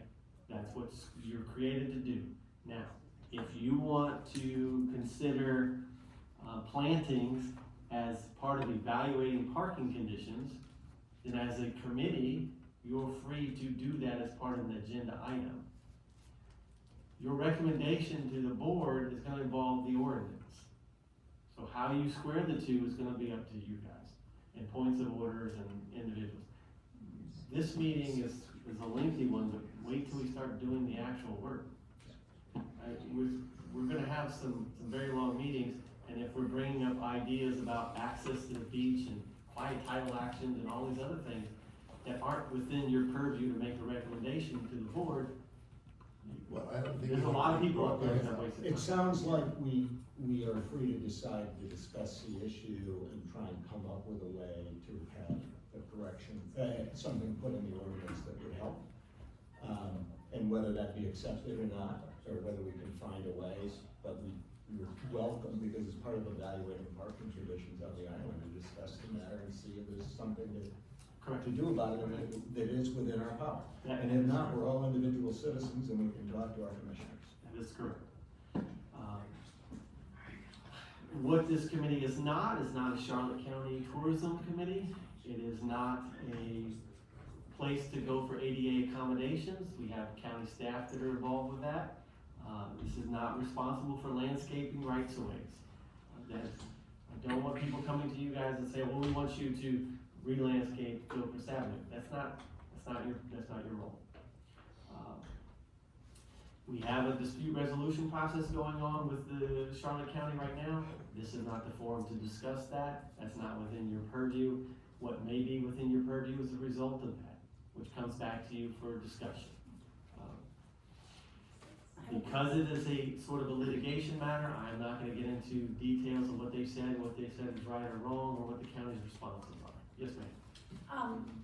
Is it okay for us, one thing that has been done on the bike path right in the middle of town where people are very concerned about parking is a lot of golf cart parking. And I have a retail store in town. I do not take my car to work. I take a golf cart and I park there. I would say there's at least 10 or 12 spots there in the height of the season that's available. Is it okay for us to suggest to our friends and to please utilize that? If you're young, you don't have to park right in front of Hudson's. You can park there and cross the street and leave that part for someone older that needs it. But there are, excuse me, there are lots of spots that are available there that people don't really even know about. They were only created about a year ago, and they are there, and they are not utilized. Well, part of another section down the aisle would be part of the educational function for this group is to provide that kind of information to the members of the public, whether it's through discussions just like this, to the individuals who are actually here and hear it. Jay, I would question we've heard it already, there's some clarification. Before you start educating people on where to park, if you have a question, let us know and we'll get to an answer so that you don't tell one of your people to park somewhere and they also get ticketed. Yes.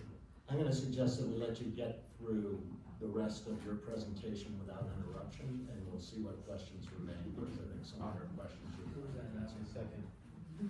Thank you. All right, and some of this we've discussed already. You know, it's 15-member committee, we've got the quorum of 8. We already discussed the majority, supermajority requirements. The specific language about the supermajority vote is 12 members of the entire membership of the committee is required prior to approval of any recommendation or decision relating to parking regulations on Boca Grande or proposed amendments to the parking ordinance. And the regulations, there may need to be some judgment calls of what's regulation, what's your procedure. We'll deal with that as it comes up. The question about the vote thing is one of the easier examples of that. I'm not sure if you want to know about there's 10 members that serve 2-year terms, 5 members, 1-year terms. I'm not sure. I'm going to skip through some of this stuff because, yeah, eligibility, you're here already, so you've been deemed eligible to be here. You are subject to Chapter 112 ethics regulations. As I indicated, I would like for a future meeting to go over that in detail. It takes some time, and there are a number of provisions we need to discuss. In the short term, if a matter is coming up for an actual vote, not a vote to put on the agenda, but like a vote on a particular issue, and it inures to your or a family member's benefit, both financially or positive or negative, you have to declare that conflict, abstain from voting, and there is a Form 8B that you must file. Your liaison will have that form for you. If you don't know about it in advance, and you hear about it at the meeting, you say, oh, wait a minute, my aunt owns that piece of property and opening up parking is going to somehow benefit that person, then you would identify it on the record at that time and then file the form. I think it's within 15 days you have to file that.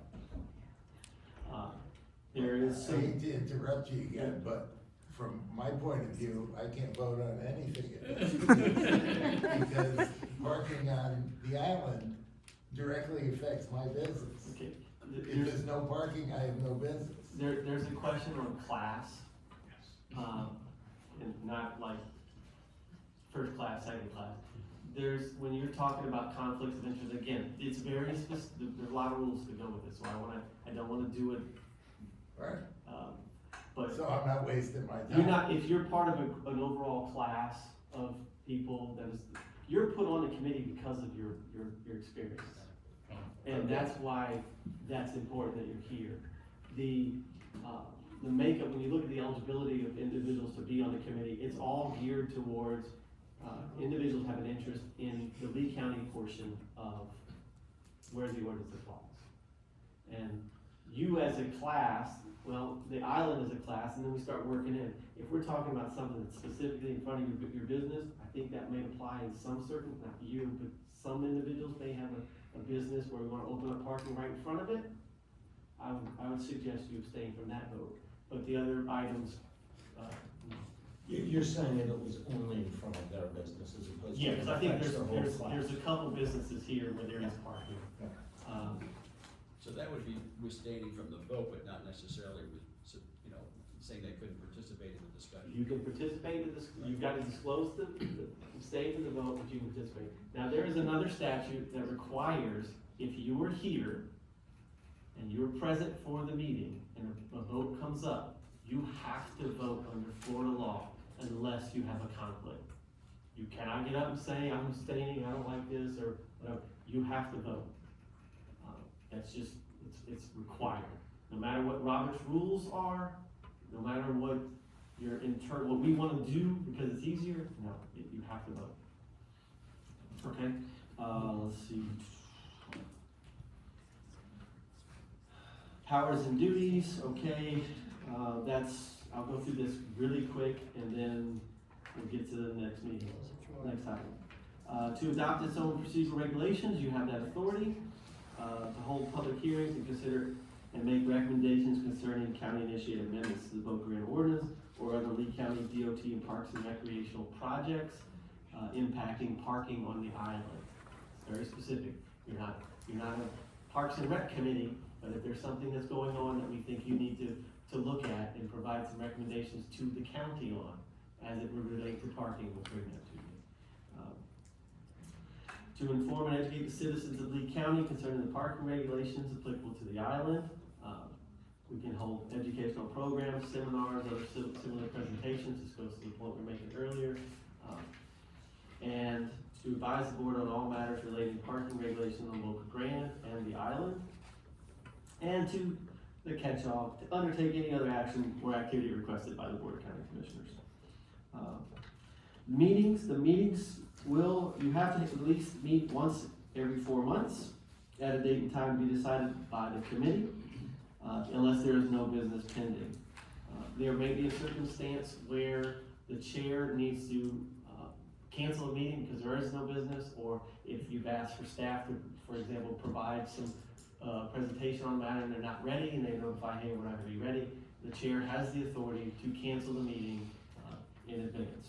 If we've notified, we've published notice that a meeting's gonna happen, we need to show up. If a quorum doesn't show up, then obviously we'll deal with that, but if it's already been advertised, somebody needs to be here to say it's been canceled, if it's been canceled. Let's see, attendance. Attendance is required if you have any more than 3 consecutive unexcused, I feel like a teacher here, absences, you will be deemed to have quit the committee and be reappointed by a committee, by a commissioner who appointed you. So repeat that standard again? Yes, if a member of the committee has 3 consecutive unexcused absences from regular meetings of the committee, the chairman of the committee shall certify such fact to the Board of County Commissioners. That member will be deemed to have been removed from the committee, and the commissioner who initially appointed the member shall fill the vacancy by appointment for the remaining unexpired term. That is the language in the Commissioner Code. We had somebody absent today for a reason that would be excused. We didn't have a formal mechanism for doing that, but I'm Correct. assuming. I don't think we're gonna count. It was mentioned to us and it was noted, so. Okay, good. Request to be excused from a committee meeting shall be made to the committee chair prior to the meeting. The excused absence will be noted by the chair at the meeting. There is no limitation on what that excuse is. It's not a medical thing, it's, excuse, whatever that might mean. When it comes to attending by telephone or electronic means, if we have it, and you're outside, you're not obviously here, then it has to be an extraordinary circumstance. You do not need to tell the whole committee your business. You can let the chair know, the chair is not available, the vice chair know the basis for your absence, and then that can be, it's an excused absence, or we need to have telephone set up. This is not something to be done really quickly, so as soon as you know, let us know so that we can provide that. If there's not a quorum present here, then even though you're on the phone or a couple people on the phone, it won't qualify, we won't have a quorum, and we will not be able to continue. Okay, so that's what I have for the committee. Is there any questions with regards to actually committeeing what the roles are and process? Is there a specific day that this committee, given there's a liaison, is there certain days available, or is it, do we set the date, or? I believe you guys have to vote on the next meeting date. You mentioned, we can't talk to each other about anything that's likely or reasonably likely to be the subject of a vote. Being new to this and wanting to run a fair process, I would like people to be able to talk to me if they have a concern about the way meetings are being run. That doesn't come up for a vote. They're free to do that, is that correct? Yes and no. Okay. Very clear. We're gonna have staff trying to coordinate attendance to make sure we have quorum, and if we have a matter that's coming up that needs to be voted on by 12 members, he's going to try to make sure 12 people are here, but if they're not, then he will notify you that there's not gonna be a quorum, or there's gonna be a quorum, but we're not gonna have enough people for the vote. You as a committee need to be able to talk to each other about attendance and things of that nature, So that is not something that is gonna be excluded or precluded by the sunshine law. Where it can be direct feedback on the process. Right, if he wants to, if you wanna say, Hugh, we like the way you do this, or we wanna do something different, what we were about to get into is the actual agenda structure for future meetings, and you can bring that up as a committee, a member item, and say, okay, let's discuss this. That's the better way to do it, because if the thing that he's talking about, or she's talking about to you, would require a vote of the members, now we've got a problem. Exactly. Okay, got it. And to some extent, the easiest way is to only go to Nate. Correct. So Correct. that's the best way. Don't have conversations amongst yourselves. Do not have conversations, members to the chairman. If you have a conversation, you go to Nate. He's the focal point. Correct. That's the best. And if, for like the individual that said they had information for the Open Shores, that if you hear something out in public that you want, you say, hey, this is out there, you can contact Nate, and then we'll try to track it down.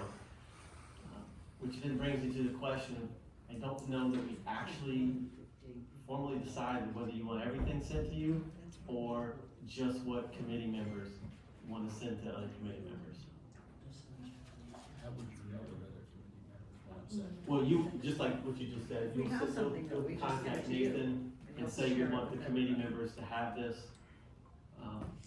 I just as soon have everything and make the discretion myself as opposed to have it winnowed by somebody else.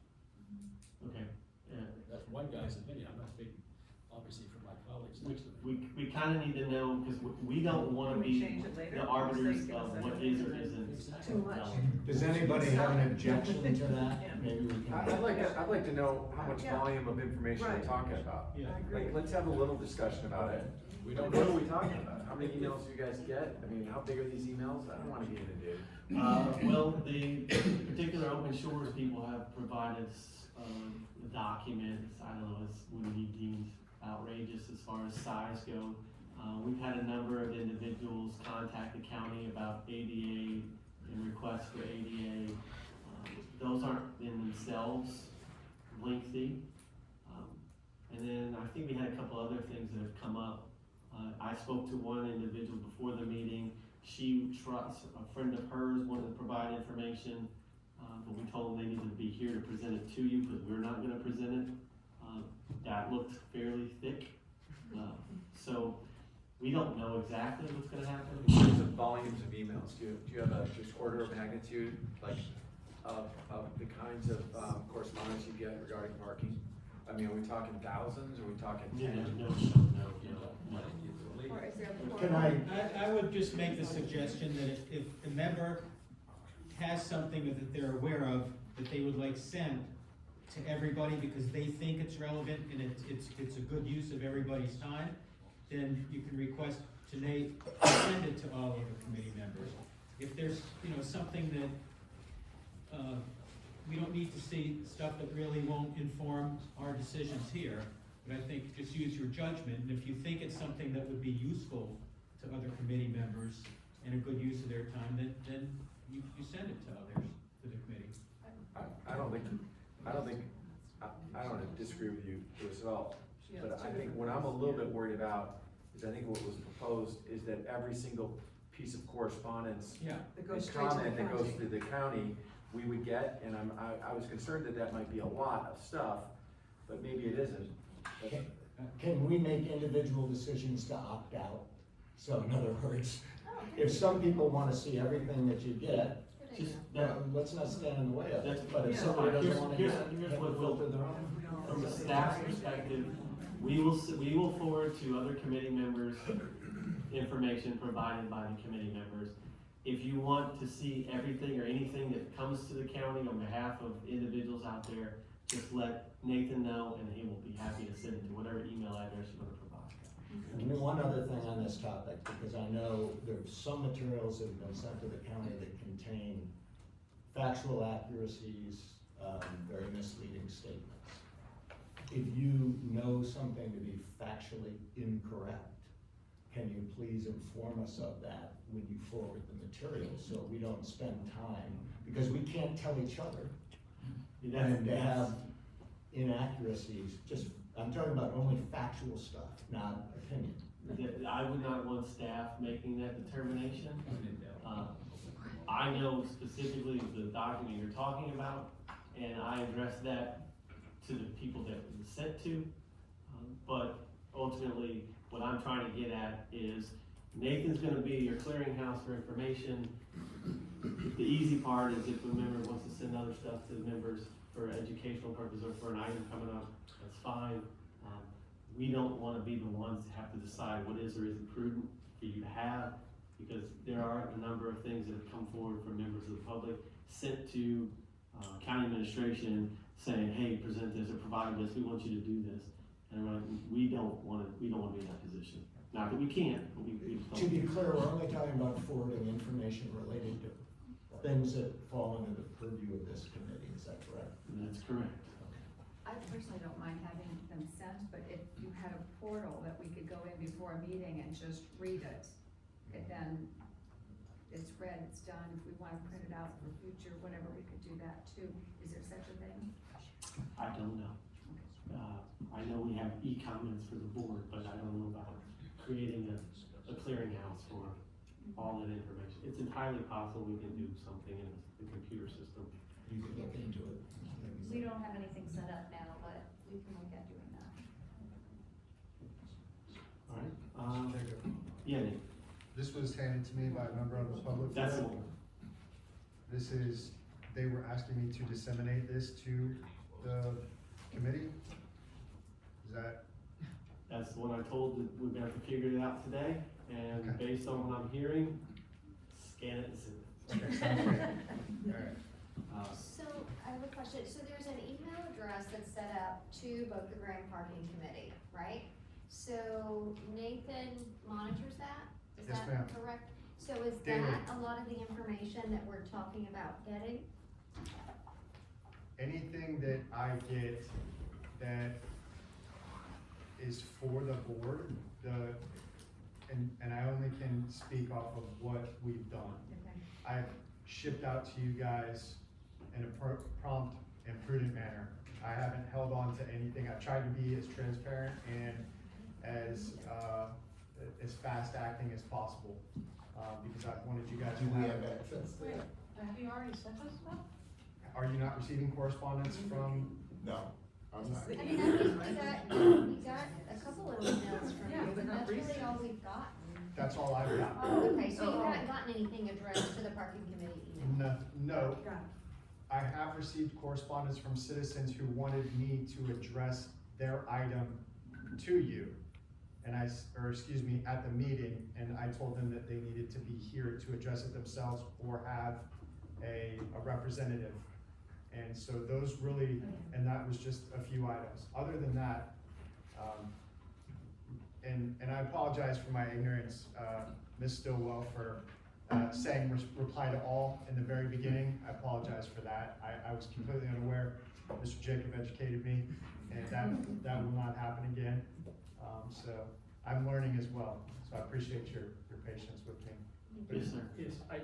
It's my understanding that the public forum with 3-minute speaking limits is used throughout the Lee County system. Is that accurate? Some committees have 5. 5 minutes? Just So why hearings wouldn't are the different. information that needs to be disseminated to the to this group be done so in that form? So for That's what we're instance, kind of. No, so if you have something that you wanna communicate, you need to come here and you get your 3 minutes. So the problem with that is, like, for instance with this, I have friends in the fishing community, this is their season, so they're on the water, they can't be here. Then it's not that important. No, I think that you're in a position maybe to say that, or when it's your livelihood, maybe not. I think they can, if they have something that's really important, they can have a delegate come and do it. I think if you look throughout Lee County, and they have very serious issues, that's how it's done. I don't know, I've served on other committees in other states, and that this is, people come if they can, but in this particular case, they were all the meetings before were in Lee County, none of them could attend. this was 1 to 4. If we wanted to do it after hours, that's one thing, but I don't feel. But they had a delegate here, did they not? No? There's the Captains Association informed me that they intend to come during the open discussion in the next meeting to talk about a very specific issue, which is, they would like to be able to issue some kind of pass to their customers that would allow them to park on a residential street within a block or two of the Fifth Street dock. Okay? I told them I'd bring it up if it was appropriate. I couldn't find an appropriate time, but they said they're gonna come next meeting anyways. So we're gonna hear from them in the next meeting. That'd be great. And they will have, they will make their case. Could we put something on the agenda to address that? It's a good question. But if they This is provide the very it. next thing. Good segue. Great segue. Okay, let's go to the agenda. Sorry. The final thing on the agenda for me, other than the next meeting, Let's listen. the administrative code provides for the structure of your agenda. And it provides, there's a call to order, approval of the minutes of the prior meeting. Agenda items previously requested by the committee, which we'll get to that. Public comment on the items. New matters, at the point where we're done with the previous, you wanna bring up okay for the next meeting, or that meeting, you wanna discuss a new matter, it is open for you to do that. If for new matters for staff, like I indicated, we'd like to present the 112 and an update on what happens next week at the resolution matter, and then you set your future meetings, and then you adjourn. Okay? If the meeting has been set, the future date has been set, the chair just adjourns the meeting, there's no motion to adjourn. And somebody. No, it's my problem, this month, I don't know how to turn. Okay, that is how it's going to be advertised as far as the public notice, what the agenda looks like. I'm sorry. Let's go slower on this. If, to propose an item for the next agenda, is that brought up in the current meeting and then there's a discussion and a vote that'll be an agenda item? Or, did you skip over that? No, that's item we're gonna do now. Okay, I'm sorry. But I thought you just explained what. this agenda is for this meeting only. I know. How this is set up. Okay.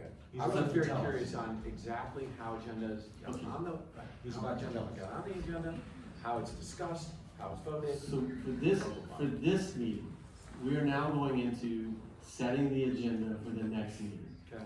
Okay? Then when you get to that meeting, the notice that's going to be provided will have the structure for your meeting, which will be, other than call or approval minutes, agenda items previously requested by the committee, which will be whatever we're talking about now. Public comment, new matters that, say like we're done with all that today, and you said, hey, for the next, I wanna talk about this. Okay. You may not wanna talk about, spend the whole day, the rest of the time talking about it now, Right. but you wanna bring it, like what Hugh just did with the capra thing. Sure. We can talk about it now, or since we're getting up to hard time, say, can we put this on the next agenda? Or I need to talk about this on the next agenda so that people can be here. Does the committee vote on the agenda? Is that the idea? Yes, because if not, 15 people, it will become unwieldy. And then, like I said, other than the new matters by the board, if there's a new matter by staff, we would like an opportunity to talk about that, and then you set your future date. This goes back to our discussion earlier about public participation. Once we're in that forum, the public participation will be on the agenda items you actually have, not everything. Okay? That brings me to the conclusion of talking. Now we just need to figure out what you want on your next agenda. I would submit that if we could have the 112 conversation and the update on the dispute resolution process added, that would be greatly appreciated. I'd like to make a motion that we include those two items on the next agenda, or the next meeting. Second. Who seconded it? For the dispute. Who was Sarkis? Are you gonna is that gonna be the vote, or are we gonna break and talk about other items as well? He just made that part, you know, you can keep going. with it. Just those two, and then we can talk about more. Okay, after. so- Okay, got it, okay. Is there discussion? There's been a motion and a second. What is the 112, Tom, what is that? Conflicts of interest, the stuff that gets you in real trouble. Okay, thank you. Okay, any discussion of that motion? Okay. No discussion, all those in favor, please raise their hand. Opposed? Unanimous, that's on, those two items are on the agenda. Can I suggest that for other items, that we hear everybody's idea, because the side of what they'd like to see, but if we vote on them each individually, we can have too big of an agenda before we get to the most important thing. That was my suggestion earlier, was, Good. you're gonna need to break it up. Yeah. So, yes, go by and say, okay, what topic do you wanna hear? Not maybe why, but the topic, and then the committee votes on which ones they want Right. to be brought up. Okay, so can we, let's go through that process. And people one at a time mention things that they would like to see considered in the next meeting. You wanna start this end and go that way? Yeah, we started Yeah. then. Go ahead, start at your end. I would say the biggest theme was the confusion that the regulations has caused. How can we create a format that we can provide for education of the community? Better communication, better education, is that what you're saying? Creation of a one-pager Okay, handout, yeah. Mhm. next. I'll take a pass for now. Okay, So, when you say, on page 2, when you say upcoming agenda, the church is listed there. Is that was that for today, or is that the upcoming agenda? This right here. I think, isn't that the first item on our next? I don't know what this is. It's a possible discussion. Does everyone That's the understand what? potential what it idea. is? Yeah. Right, so I truly think that we should discuss the church. And I see that it's here posted as an agenda item already. And my question is, what does upcoming mean? okay. Is that today's So- meeting, or is it the No, next meeting? No, This is supposed to you're be- proposing it, can I take that as a proposal to add it to our agenda for the next? If it's not already on there, yes. Yes, okay, and by the church, we specifically mean the Methodist The Church Methodist Church, request yeah, to we be had, able to use several speakers some on portion that. of the median. Several south. speakers, with the map, with the handout. Yeah, there's specific requests, Yep. okay? Any other? I'd like to suggest we consider the fines in front of commercial driveways.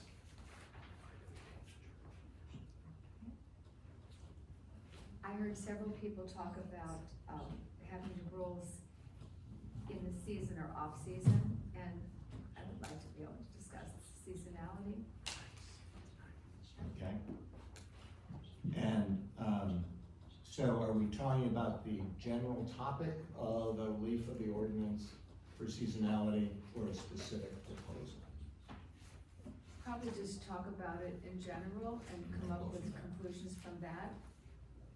Okay, Because you know, it's seasonal, and then I heard weekly, some portion of the weekly. Yeah, there was some different discussion. I second that.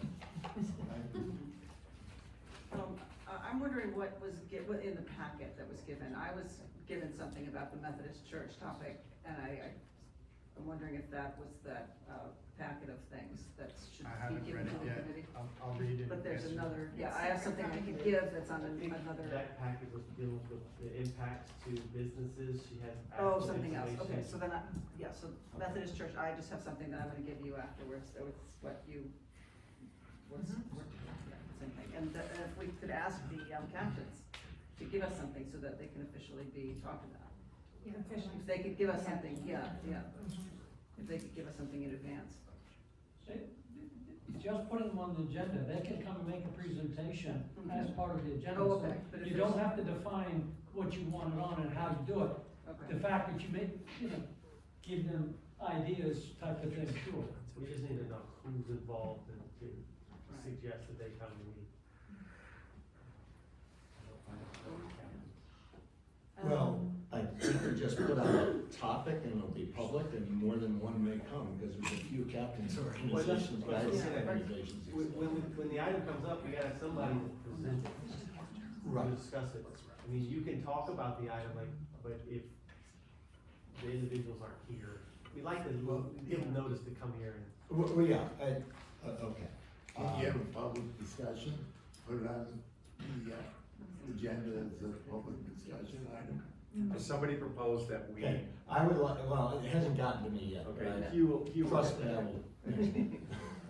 Is there then public comment at each one of these meetings, or is that everyone there is? Yeah, Okay. but if it's an item, That's ongoing. Yes. the Methodist Church with the parking, they already provided almost everything that they're asking for. Mhm. So that's something easier to just bring up and talk about. Question for clarification's sake. So the Methodist Church, so the agenda items will be posted. Correct. So people can come and speak. They might have a representative or but there'll also be time for other public comments about other items, yes? That are not on the agenda. We can add that to our agenda. That's a question, I'm sorry. If you want to open up another public comment, like for Class Act, we have up top, members of the public can talk about anything on the agenda, and at the bottom, after everything's done, another open public participation opportunity for people to bring up anything they want. Got it. So if it's not a specific agenda item, there's an opportunity to bring up a future item at that time. Currently, no, you have to vote to actually add that. Okay. Well, Good idea. there's a sense that we would like to add that. Yeah. So for Put it on example, the- if hang tags didn't get added to the agenda for the next meeting, Yeah. when does someone have an opportunity to come and talk about it? What I'm suggesting We right can vote now on that. is come up with your next agenda. Yep. And then we'll have a list of the things that don't be put on that agenda, that we can move to another agenda, or add other things as they come up. We just wanna make sure we're not directing your agenda, and that you guys are. And if there's an item you wanna hear about, that somebody's here to talk about it. But some things it's just what you wanna talk about, and that's fine. Let's continue of going down the line, please, and see what we have, and then we'll talk about it. Yeah, that's helpful, thank you. Okay, who's next? I'm next. There is talk about economic impact study and updated parking study. And also like accessibility to the business district from the beaches like 5th Street and 7th Street. I'm not sure this is the right place, it's in the weeds, I wrote Nathan about it, but there's, parking signs that say that's parking permitted in front of the new clinic building. And it's on, Park, and actually there's there are utilities there, I don't think they kept that in mind, and I think we should address that at our next meeting, it's a small item, but for them it needs to be. May I suggest, if it's already been provided to DOT, No, I just asked him, what do I do about this, and he said. something like that doesn't necessarily have to come to the committee. If you see something, I think I heard earlier where there's parking signs where you can't park. Place, yeah. Okay. That's just something, as a committee member, anybody can just identify to Jillian and their staff. And We'll they take care of Thank it, you. if I it's was a told to bring problem, it up here. we'll take care of it. If they wanna change it from a sign that's on your map that says it's a 3-hour park and they wanna make it residential, that's gotta come through you. We can't make that change. If you're saying that this 3-hour parking sign is right in front of a utility box where they can't park, we'll take care of it. That's not an issue. Okay. We would compare it to the current ordinance, And to make that's- sure what our signage is in the field is consistent with the current ordinance, or physical restrictions, but if there's anything that was suggested that would not be consistent with the current ordinance, it would have to come to you for your consideration as a change to the ordinance. And I would like to go with what he said, the hang tag stickers, the whole system, the different tags. So the system generally. Well, yeah, and some people will put the stickers on, so. Hang tags for guest Gary's passes point. is really what you're talking about, right? No, they're residents who actually won't put their, tags on their cars. Yeah. So they told the sheriff they're gonna put hang tags, and they're like, well, that's not gonna work, and they're like, well, I'm not putting the stickers on. So, Okay. so somehow, Okay, hang tags ease wrong. of use would be great. Right. Well, if they're hang tags, then they can pass them around. Let's not get into this, any of the topics, please, we don't think I'm on this. Okay, so would this, I have a couple of questions. So the chamber talked about the off-island service providers and their difficulty getting the paper passes, which I guess we learned today, they can't park more than 3 hours in a non-residential, or, yeah, in a non-residential zone too. So does that go along maybe with some kind of hang tag sort of system, to help the people who are actually here servicing? So that, So can I just take as a topic, you'd like to add a discussion of how to come up with something to identify people who are here providing service so that they don't get. yeah, like maybe a Okay. different, literally, rather than paper, some kind of Right. different pass But, somehow. okay, so that's a topic, okay? Anything else? And then I think somebody else already said Fifth Street. Right, did somebody say Fifth Street? Kind of, why don't you, so we know what we're talking, what I heard before on Fifth Street was access to business from Fifth and Seventh Street. Did I hear you right, Mickey? Yeah. And so did you mean something else with respect No, to I think Fifth Street? that's it, like maybe rather than a 3 hour limit, a longer term limit or something for. I think like It's really discussing those clarify two it. streets in Yeah. particular Right. and what we can do there. Yeah, right. I'm not sure where this would come from, but there's been even articles in the Beacon preceding this about more parking available in some of the state parking areas. And the beaches down there are beautiful. It may not help necessarily, a merchant if they're walking to the beach or something like that. But I do think that's something that would indicate more welcoming from the off-island people to enjoy the beach. So I think it's something, I'm not sure whether it comes from the Lee County people. I don't know much about it, but I'd like to know more about it. There's an individual who's talking about the parks with the open shores, and we have that information, we'll provide it to you. It's not a county issue, it's a state issue. I think there was discussion with Commissioner Wayne at some meeting, and he said he was in support of any more parking they can provide. But I think the problem with the suggestion is somehow using land that's conservation land to create parking. So we'll provide you the information, and then you can figure it out. There was a forum 2 weeks ago on the island, where the state You're parks. trying to ask us to stay on topic. Well, Just unless you're I talking think it's about relevant something to whether this is an agenda item. Okay. There was a forum on the island 2 weeks ago where the state parks came and looked for suggestions. I know that was a formal proposal, to look to expand parking at the state beaches on the island. There was also a formal proposal, from residents to, create additional access to Don Pedro Beach and Stump Pass Beach, in Charlotte County. And those are now being considered formally by the state parks. And they have jurisdiction over that and control it. Does anybody have information on that we could get? Well, these were proposals made in a forum where the state parks were looking for residents to make suggestions. And my understanding is this is now going back to the planning people at the state parks. The head of all planning was there, and they're gonna consider all these things and come back to the residents of Lee County and Charlotte County and let us know what they wanna do. So, I need to ask Ron, do you want an agenda item on parking at state parks? Well, I think it's germane, and obviously you have information. We just have no jurisdiction, but there's a different forum to address that. Yes, well, Yeah. only to the extent that I'm trying to Yeah. keep talking about census of meetings.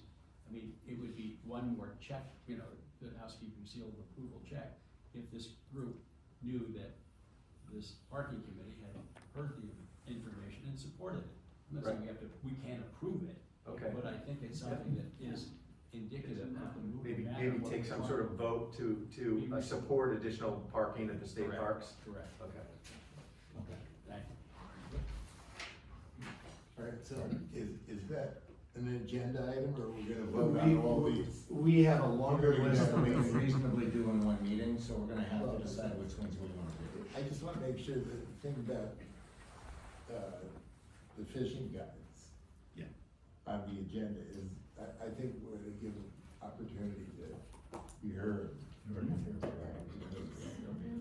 Is that already on the list? Well, I was gonna put it on you, thank you. Okay. You're welcome. All right, I think my other ideas, this don't belong in the next meeting just because it's already too long, so I reserve it for a future date. I agree with you, I think we've got very good and poignant ones. From what we heard today, I think that's a pretty good focus list, and we should vote on the most important things. I have not an agenda item, but an administrative one, and a suggestion that maybe we consider a time limit for these meetings. We're north of 3 hours today, and did not even consider any agenda items. Yes. It's just not gonna be practical, and it won't be useful, and you're gonna lose people's interest and people's participation. So we need to be efficient with time and respect people's time. Are we allowed to limit public comments, just, I mean, it's say, this meeting's over, for instance, I'm about to miss a flight. And a doctor's appointment that took me 6 months to get at Johns Hopkins, so I'm a little nervous myself. Your committee it's up to you. Okay. When we come to, we put the 3-minute limitation on there for this meeting. It's your committee decision, if there's a bunch of people in the audience, 3 minutes, most people were under 3 minutes. I mean, My impression is that if we open it up for public comment, we can reduce the time even as we go, but we have to let everybody who wants to comment. Or have it at the end. Yeah. We'll do the business Right, part, right. and But we're still obliged to sit and listen. people can leave, yeah. Okay. So what I have down is the conflict of interest, update on that, and so informational and dispute resolution. And then as discussion items, some format for improving clarity and education. The topic brought up by Methodist Church. Something about fines in front of commercial driveways. It was pointed out that commercial driveway fines are only $35. Okay, so you would like to discuss raising it? I would like to, my specific proposal would be to make it consistent with fines in any driveway. Okay. Okay, so that's down as an agenda item. Some discussion about seasonal relief of some of the elements in the ordinance. The request of the fishing captains to speak and their specific requests. A request for economic impact in a parking study. A request to review alternatives to increase access to business from 5th and 7th Street. A request to discuss the format used for permits. A request to add as an agenda item in an ongoing basis, open for public comment at the end of our meetings as a last agenda item. And then a request to discuss permits for off-island service providers, or what form of identification they need to be using while they're providing services. A request to discuss ideas for more parking in the state lots, and then the fishing guide, I guess I already mentioned. So that's what we have. Clearly, the first two items are informational. So, and I think we already voted we wanted that information.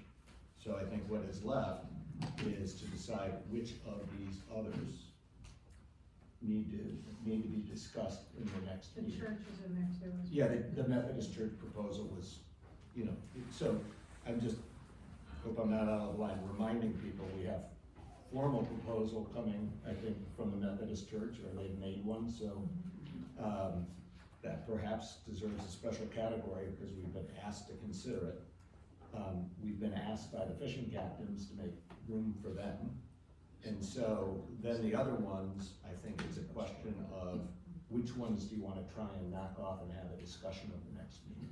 Would there be merit in looking at what's the most time sensitive, important? So if something is going to really be helpful, either in the education of everybody or helping lessen the burden, so to me, fishing almost has to be there. This is their season, if they're able to get another meeting in. Same thing with the seasonality. Seasonality, Get on probably. with it. Okay. Discussing it in October doesn't. No, so we've got a Maybe proposal we'll that we find- would, provide- we would provide- ask. Fine. Yeah, Immediate violent- educational things. Yeah, the education. And leave the rest for the Yeah. next meeting. Don't we have to decide the next two meeting That's dates? a lot. Yes. I think you might prioritize concrete proposals versus discussion agenda items. Right, but there's, yes, We have 3 concretes. okay. Should we- In addition to the information, conflict update, not including those, the Methodist Church proposal, which seems concrete, Yep. to equalize the fines, On the, on and, the and, Methodist and, Church I'm sorry, just to your point. Yeah. What was written here that was passed out was different than what he said today. This is broader, okay, because he mentioned Christmas and whatever. Quite frankly, this is more broad and quite frankly, which I think, I would certainly agree to, and I think it's important, because quite frankly, what's happening now is that the tension that they shared with us vis-a-vis the Methodist Church is also tension that's being impacted with the Episcopal Church, because they're concerned that they don't have enough spaces. can I ask a point of clarification?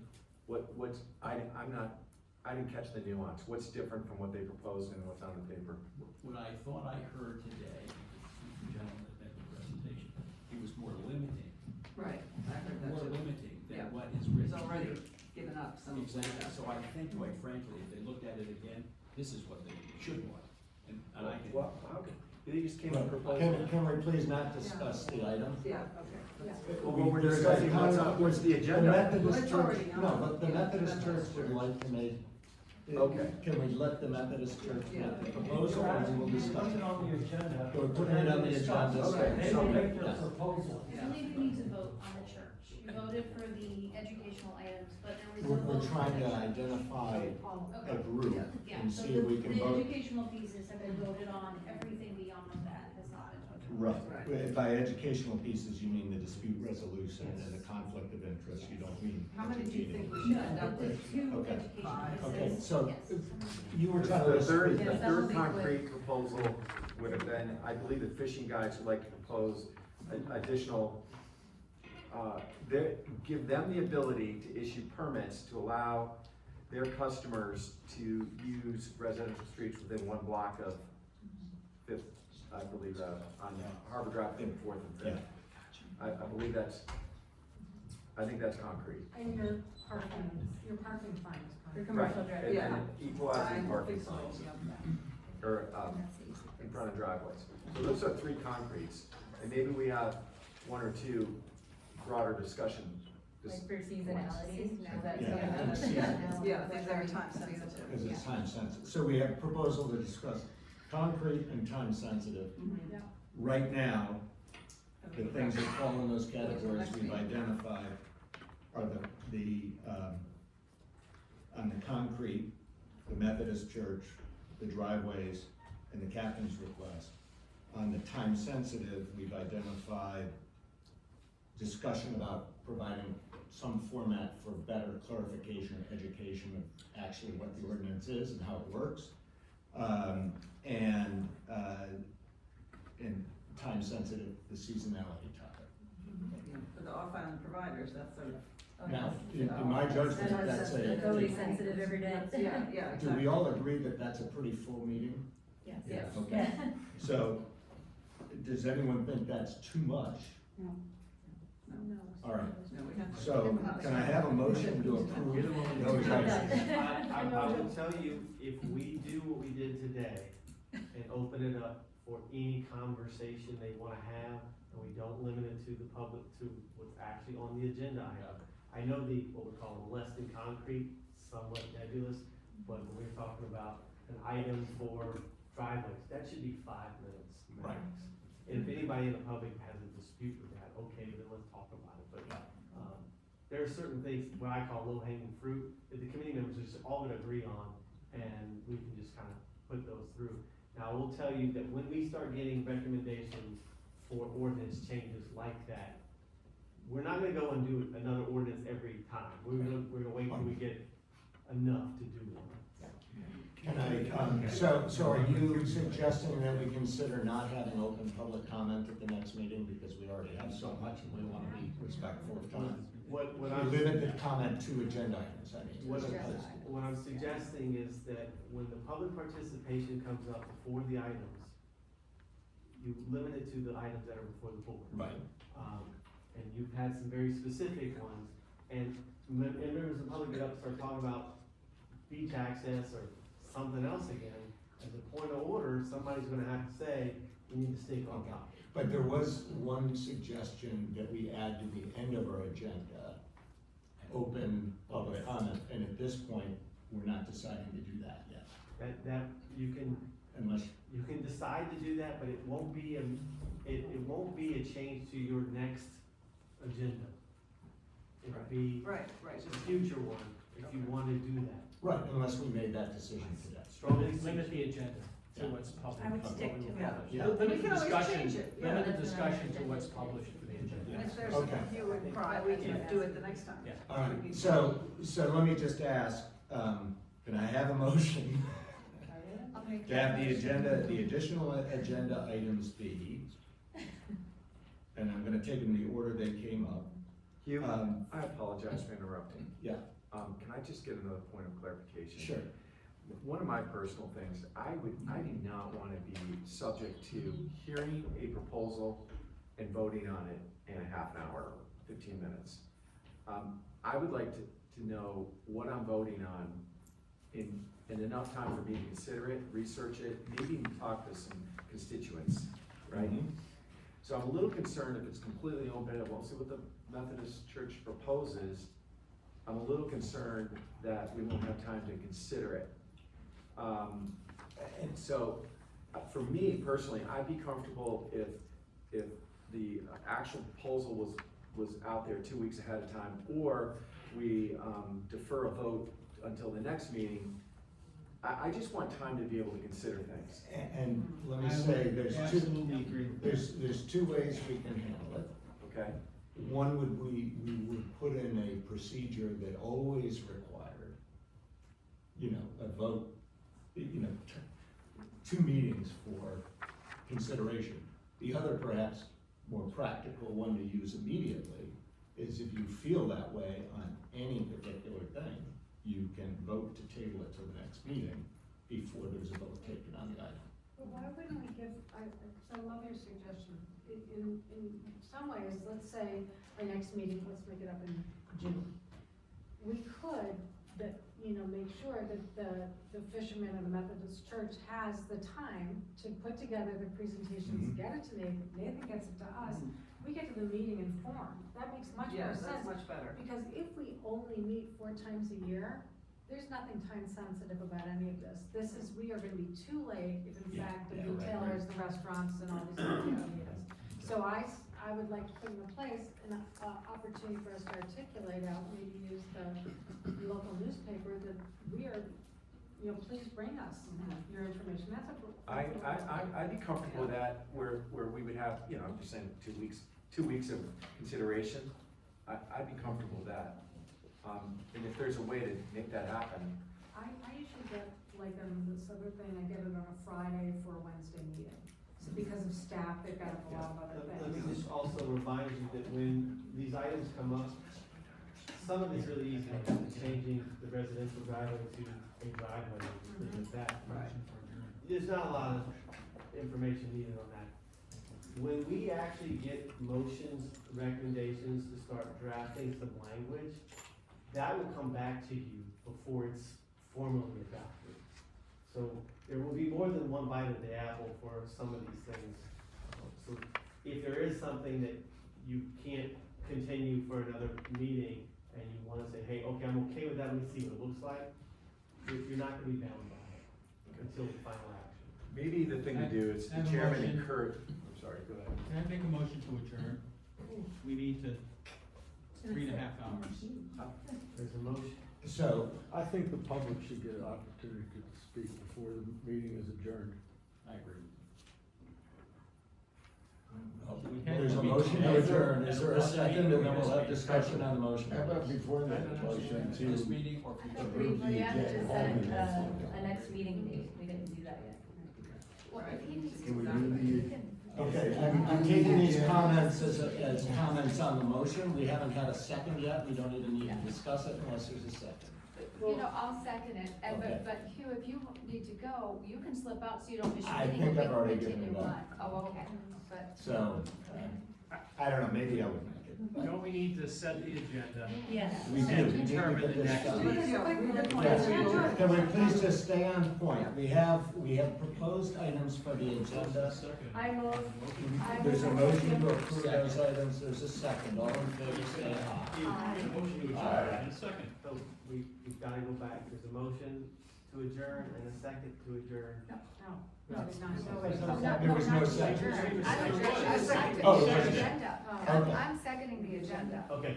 Yeah. So, motion to adjourn has died for lack of a second. Exactly. The motion on the floor is the agenda. Yes. Do you know what the motion says? No, I don't. Okay. Sorry, you're all over the The- place. the motion- Repeat that, that would be wonderful. Okay, the motion is to add the following items to the agenda, and this isn't necessarily the order. Discuss a format for educating the public on the ordinance. Discuss the proposal by the Methodist Church to increase to allow them to access the median south of Third Street. To discuss the fines, equalization of fines in front of the commercial driveways to be the same as it is in front of residential driveways. To discuss some seasonal relief of some or all of the portions of the ordinance. And then finally, to discuss the request by the fishing captains to be able to issue some form of permit to allow their customers to park on residential streets within a block of the dock, while they are on a charter. And the off-island service providers. Oh, yes, I'm sorry, yes. And that was not in the 5 that I said before, but you would like it to be. Okay, there's some form of permit for the off-island service providers, so that would be 6 items. Well, and then we've already voted on the top 2. Okay, this is in addition to the top 2 educational items we already voted on. So, we have a motion for those 6 items, you'll take that amendment? Sal, Yes. second. A second? Okay. I'll second. All in favor? Aye. Aye. Aye. Quick question, what about the openness, will that come up? This gentleman had a comment regarding having. Let's finish the vote. Yeah. Well, he's suggesting then, please make a follow-on motion, we'll vote on this. But if you'd like to make a motion to add something further to the agenda. we Continue can do talking, that. because you have it right in your mind. Go ahead. Yeah, okay. So we have a vote, it has passed, I believe unanimously. Was it unanimous? Is there any opposed? No. You'd like to make an additional motion, Ron? In addition, that the public and I would suggest it be at the end of the meeting, not to interfere time-wise with the suggested agenda. The public do have some prescribed time to have conversations, whether 3 minutes or 5 minutes, as discussed. But I continue to believe it's in this committee's best interest to allow the public to have some form. They don't wanna say anything, fine. Can we have a motion? We couldn't hear what it was. I'm about to repeat it. We have a motion to allow comments in general related to parking Not at limited to the the end of the agenda. meeting. They don't have to be relative, in connection with a specific agenda item. But comments related to parking, that we include that at the end of each meeting agenda. Is that the correct motion? Yes, sir. Okay. I I second that. All in favor?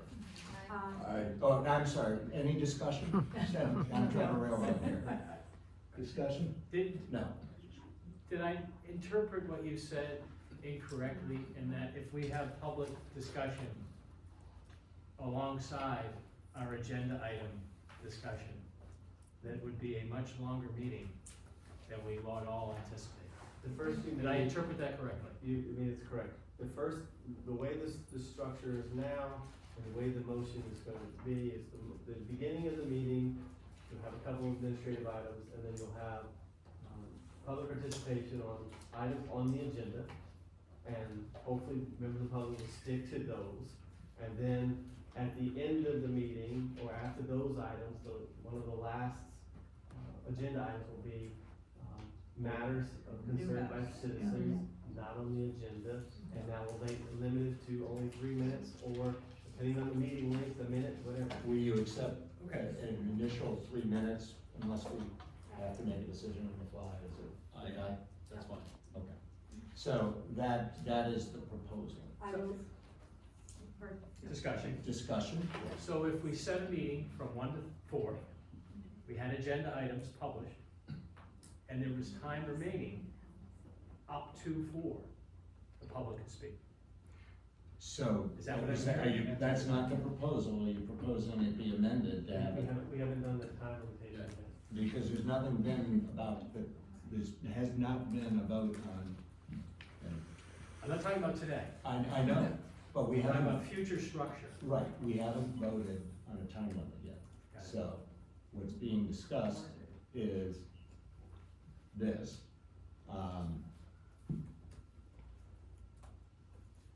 So we, unfortunately, I think we have to stay on point on this, unless you wanna make a proposal that's subject to whatever we come up with, if anything, for a time limit for the overall. So, to be clear, the motion which has been seconded, we're suggesting that there be a public comment period after our meeting. Yes. And somebody might have an amendment to that proposal. Yes. That they could suggest right now. And that's Or what we I'm have asking, further discussion, whether then we he vote wants on to that. make that amendment. And then I'm told that what is tradition so far in Lee County is that if the initial proposer accepts the amendment, then we discuss the amendment. Well, one comment was after the end of the, I'm talking about at the end of the meeting is not over, it's the end of the agenda items that is discussed, so that's a clarification to that we have to be precise. But at the end of the day here, I'm just trying to keep the door open as opposed to public conversation. I'm not gonna fall on my sword whether it's 3 minutes or 5 minutes. Right.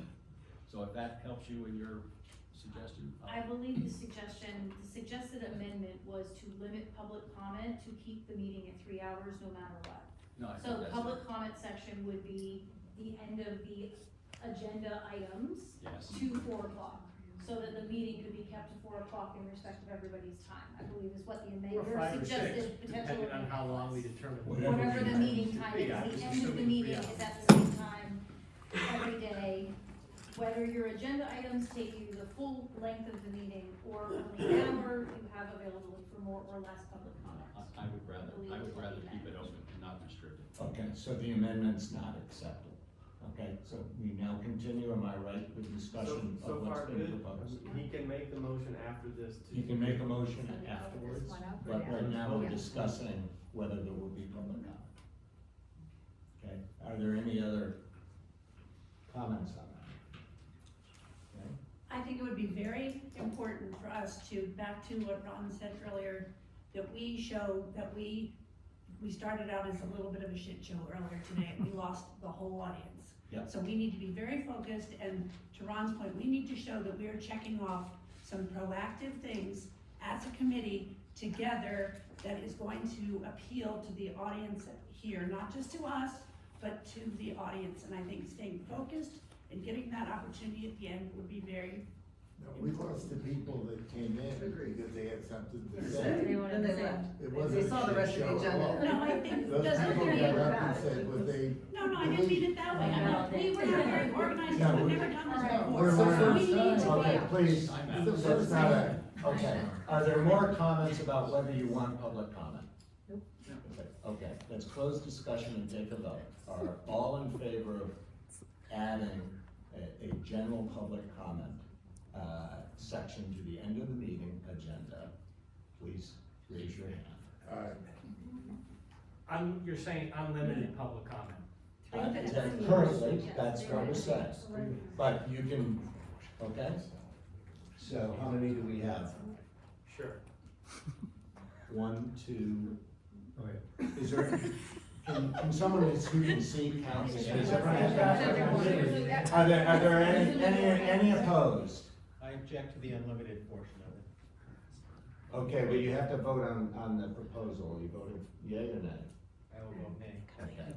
It might be easier, and I've seen, especially Commissioner Manning has created this, any objections.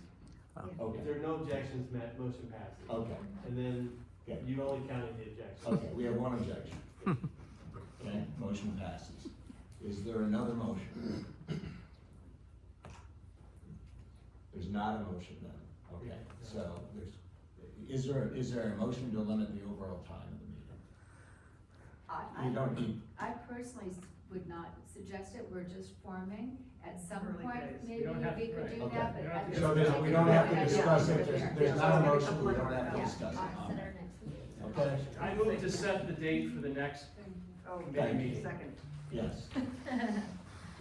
So can you make a proposal for the date? I think there was. We have the date for May 13th. May 13th at 1 p.m. Yes. to 4, but now we can't end it at 4, Right. so Yeah. at 1 p.m. Hey, is there a reason we can't start the meeting at noon instead of 1?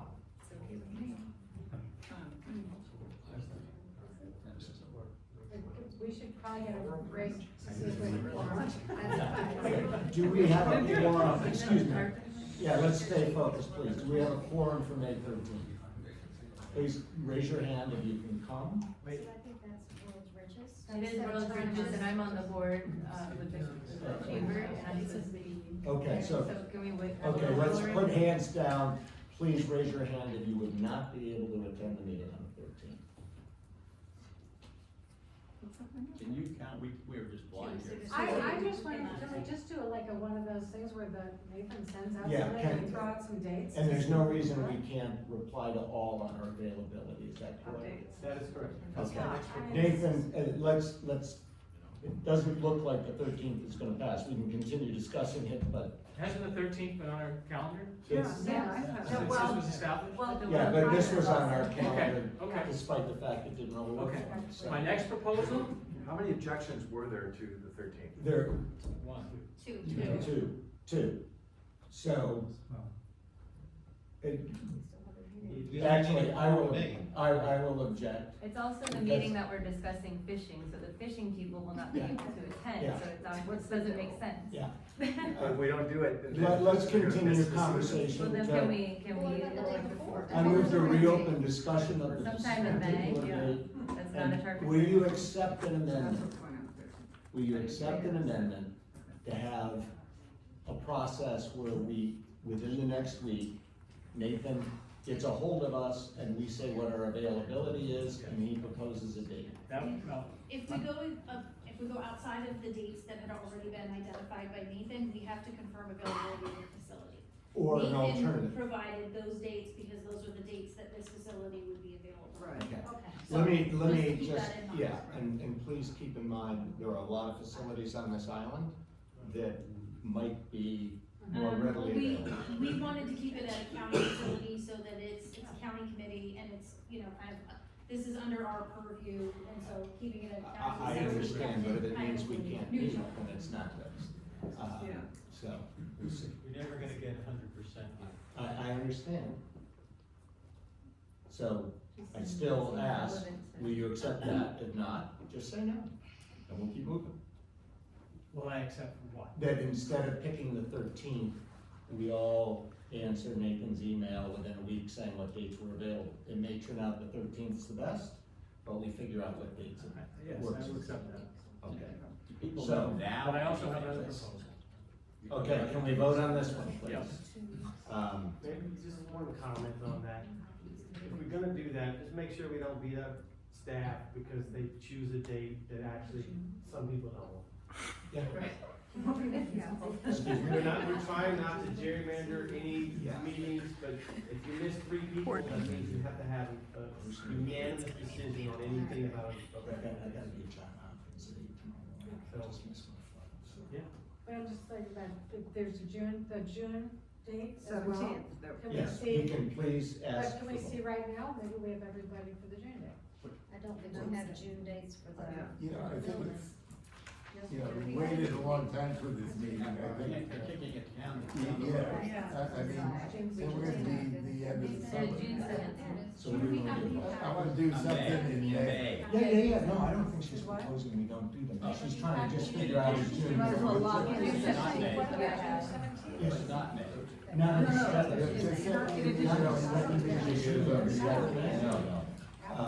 okay, Let's do May focus. I live here. let's stay focused on our May meeting day. So, Are there some other dates that you know now? Anytime before May 14th, and it doesn't matter about me. okay, I don't think we can. Yep. The only question is, do we settle on the 13th, or do we settle on a process to be followed within the next week? The amendment was accepted and settle on a process. Is there discussion of that? Well, I think the fishing thing, That was my the whole tournament point, going is like, on. if that's That- already that's been not done, it. then why That's are we not the doing it process. when the fishermen can't be here? The process is using an apron. They can Yeah, do the it. next few that's days. fine. Okay. Yeah. So, are there any other comments Yeah, I about mean, whether or not? if we take another week and have this thing where he's gotta, like, do some Venn diagram, I mean, May 13th is only a couple weeks away. But if the fishing guides. Yeah, but the fishing guys, they're listen, fishing. then we may not consider this until after the season. That makes no sense. I Or we mean, do it the day before, like I know listen, you the have to fishing guys, contact. they can get a representative here. I mean, they all have brothers, sisters, friends, the fishing guys can have a representative. I think we're crazy to do this Venn diagram thing for a meeting that's gonna take place in 3 weeks. This is I think like the we're all culture right of our here. Let's just island though, is decide. the fishing community, that's not being heard. The fishing community can be heard, they can They're not gonna designate a be here representative. To talk They to can- themselves though. Well, Can I just ask, then they could do it next, then we should defer that and have it after the season. I mean, think about it. let's stay focused. So you're saying, you're just part of the discussion, you're saying you would prefer to make the decision now? I don't think it's practical to have a Venn diagram discussion for a meeting in 3 weeks. Hear what you're saying. And we're all then here. Another comment was made, the problem is not everybody hears everything, and more than one person talks at once. Another comment was made of, can we try right now the 12th on people, because that wouldn't have the conflict. Ron? That's all right, 12 works for me. Everybody raise their hand. Everyone raise their hand if they can make the 12th work. If the facilities are. Well, We'll find that. Oh, fine. I'll have an answer on that tomorrow. okay, some can't make the 12th work, is that correct? The 12th is bad for me. The 12th is bad, it doesn't work. Correct, okay. So we don't have a day right now, we're trying. So we're back to, there's a discussion, we're still now voting on whether or not. I think we voted the majority would rule. Could the fishermen write something, right, I mean, Go with it's not the ideal, 15th, but it would get the, two people, what they and want. Yeah, okay, so people are back to, I'm hearing a number of people at once. Can we just, there's a number of people now saying just stick with the 14th date or whatever it was. 13th date. So, yet, the amendment was accepted to go with process, I'd like to withdraw the amendment and vote just on, this is crazy. And if you'll accept, if you'll go back to your original, Is he looking at me? yes, didn't you make the original proposal? For the 13th? Yeah. I think I did, yes. Yeah, okay. So, I know, I'm confused That was as a while well. ago. I think I'm trying to follow the process. Yes, yes. Okay. So we have a motion for the 13th, that is the motion. Please say no, is there any more discussion? All right, all of those in favor of the 13th, please say aye. Aye. Any opposed? Me, Nikki. 13th is the original date? Yes. That's Wednesday. Yeah. And Okay. then, can I just? Oh, make a little I count comment? one opposed, is there anybody else? Yeah, I'll Excuse talk. me, one discussion, please. I'm not opposed. Okay, I heard one person opposed, is that anybody else opposed to the 13th? All right, it passes, we are meeting on the 13th. But we still wanna hear from them, they can just send a representative and a whole proposal, we can still hear. Yep. Yeah, they can Okay. speak to them. We had a motion to adjourn, is there a second on their motion to adjourn? Second. Thank you very much. Does that require discussion? No, actually, if you have a set date, you don't need a motion to adjourn, you just adjourn. Okay. You're adjourned.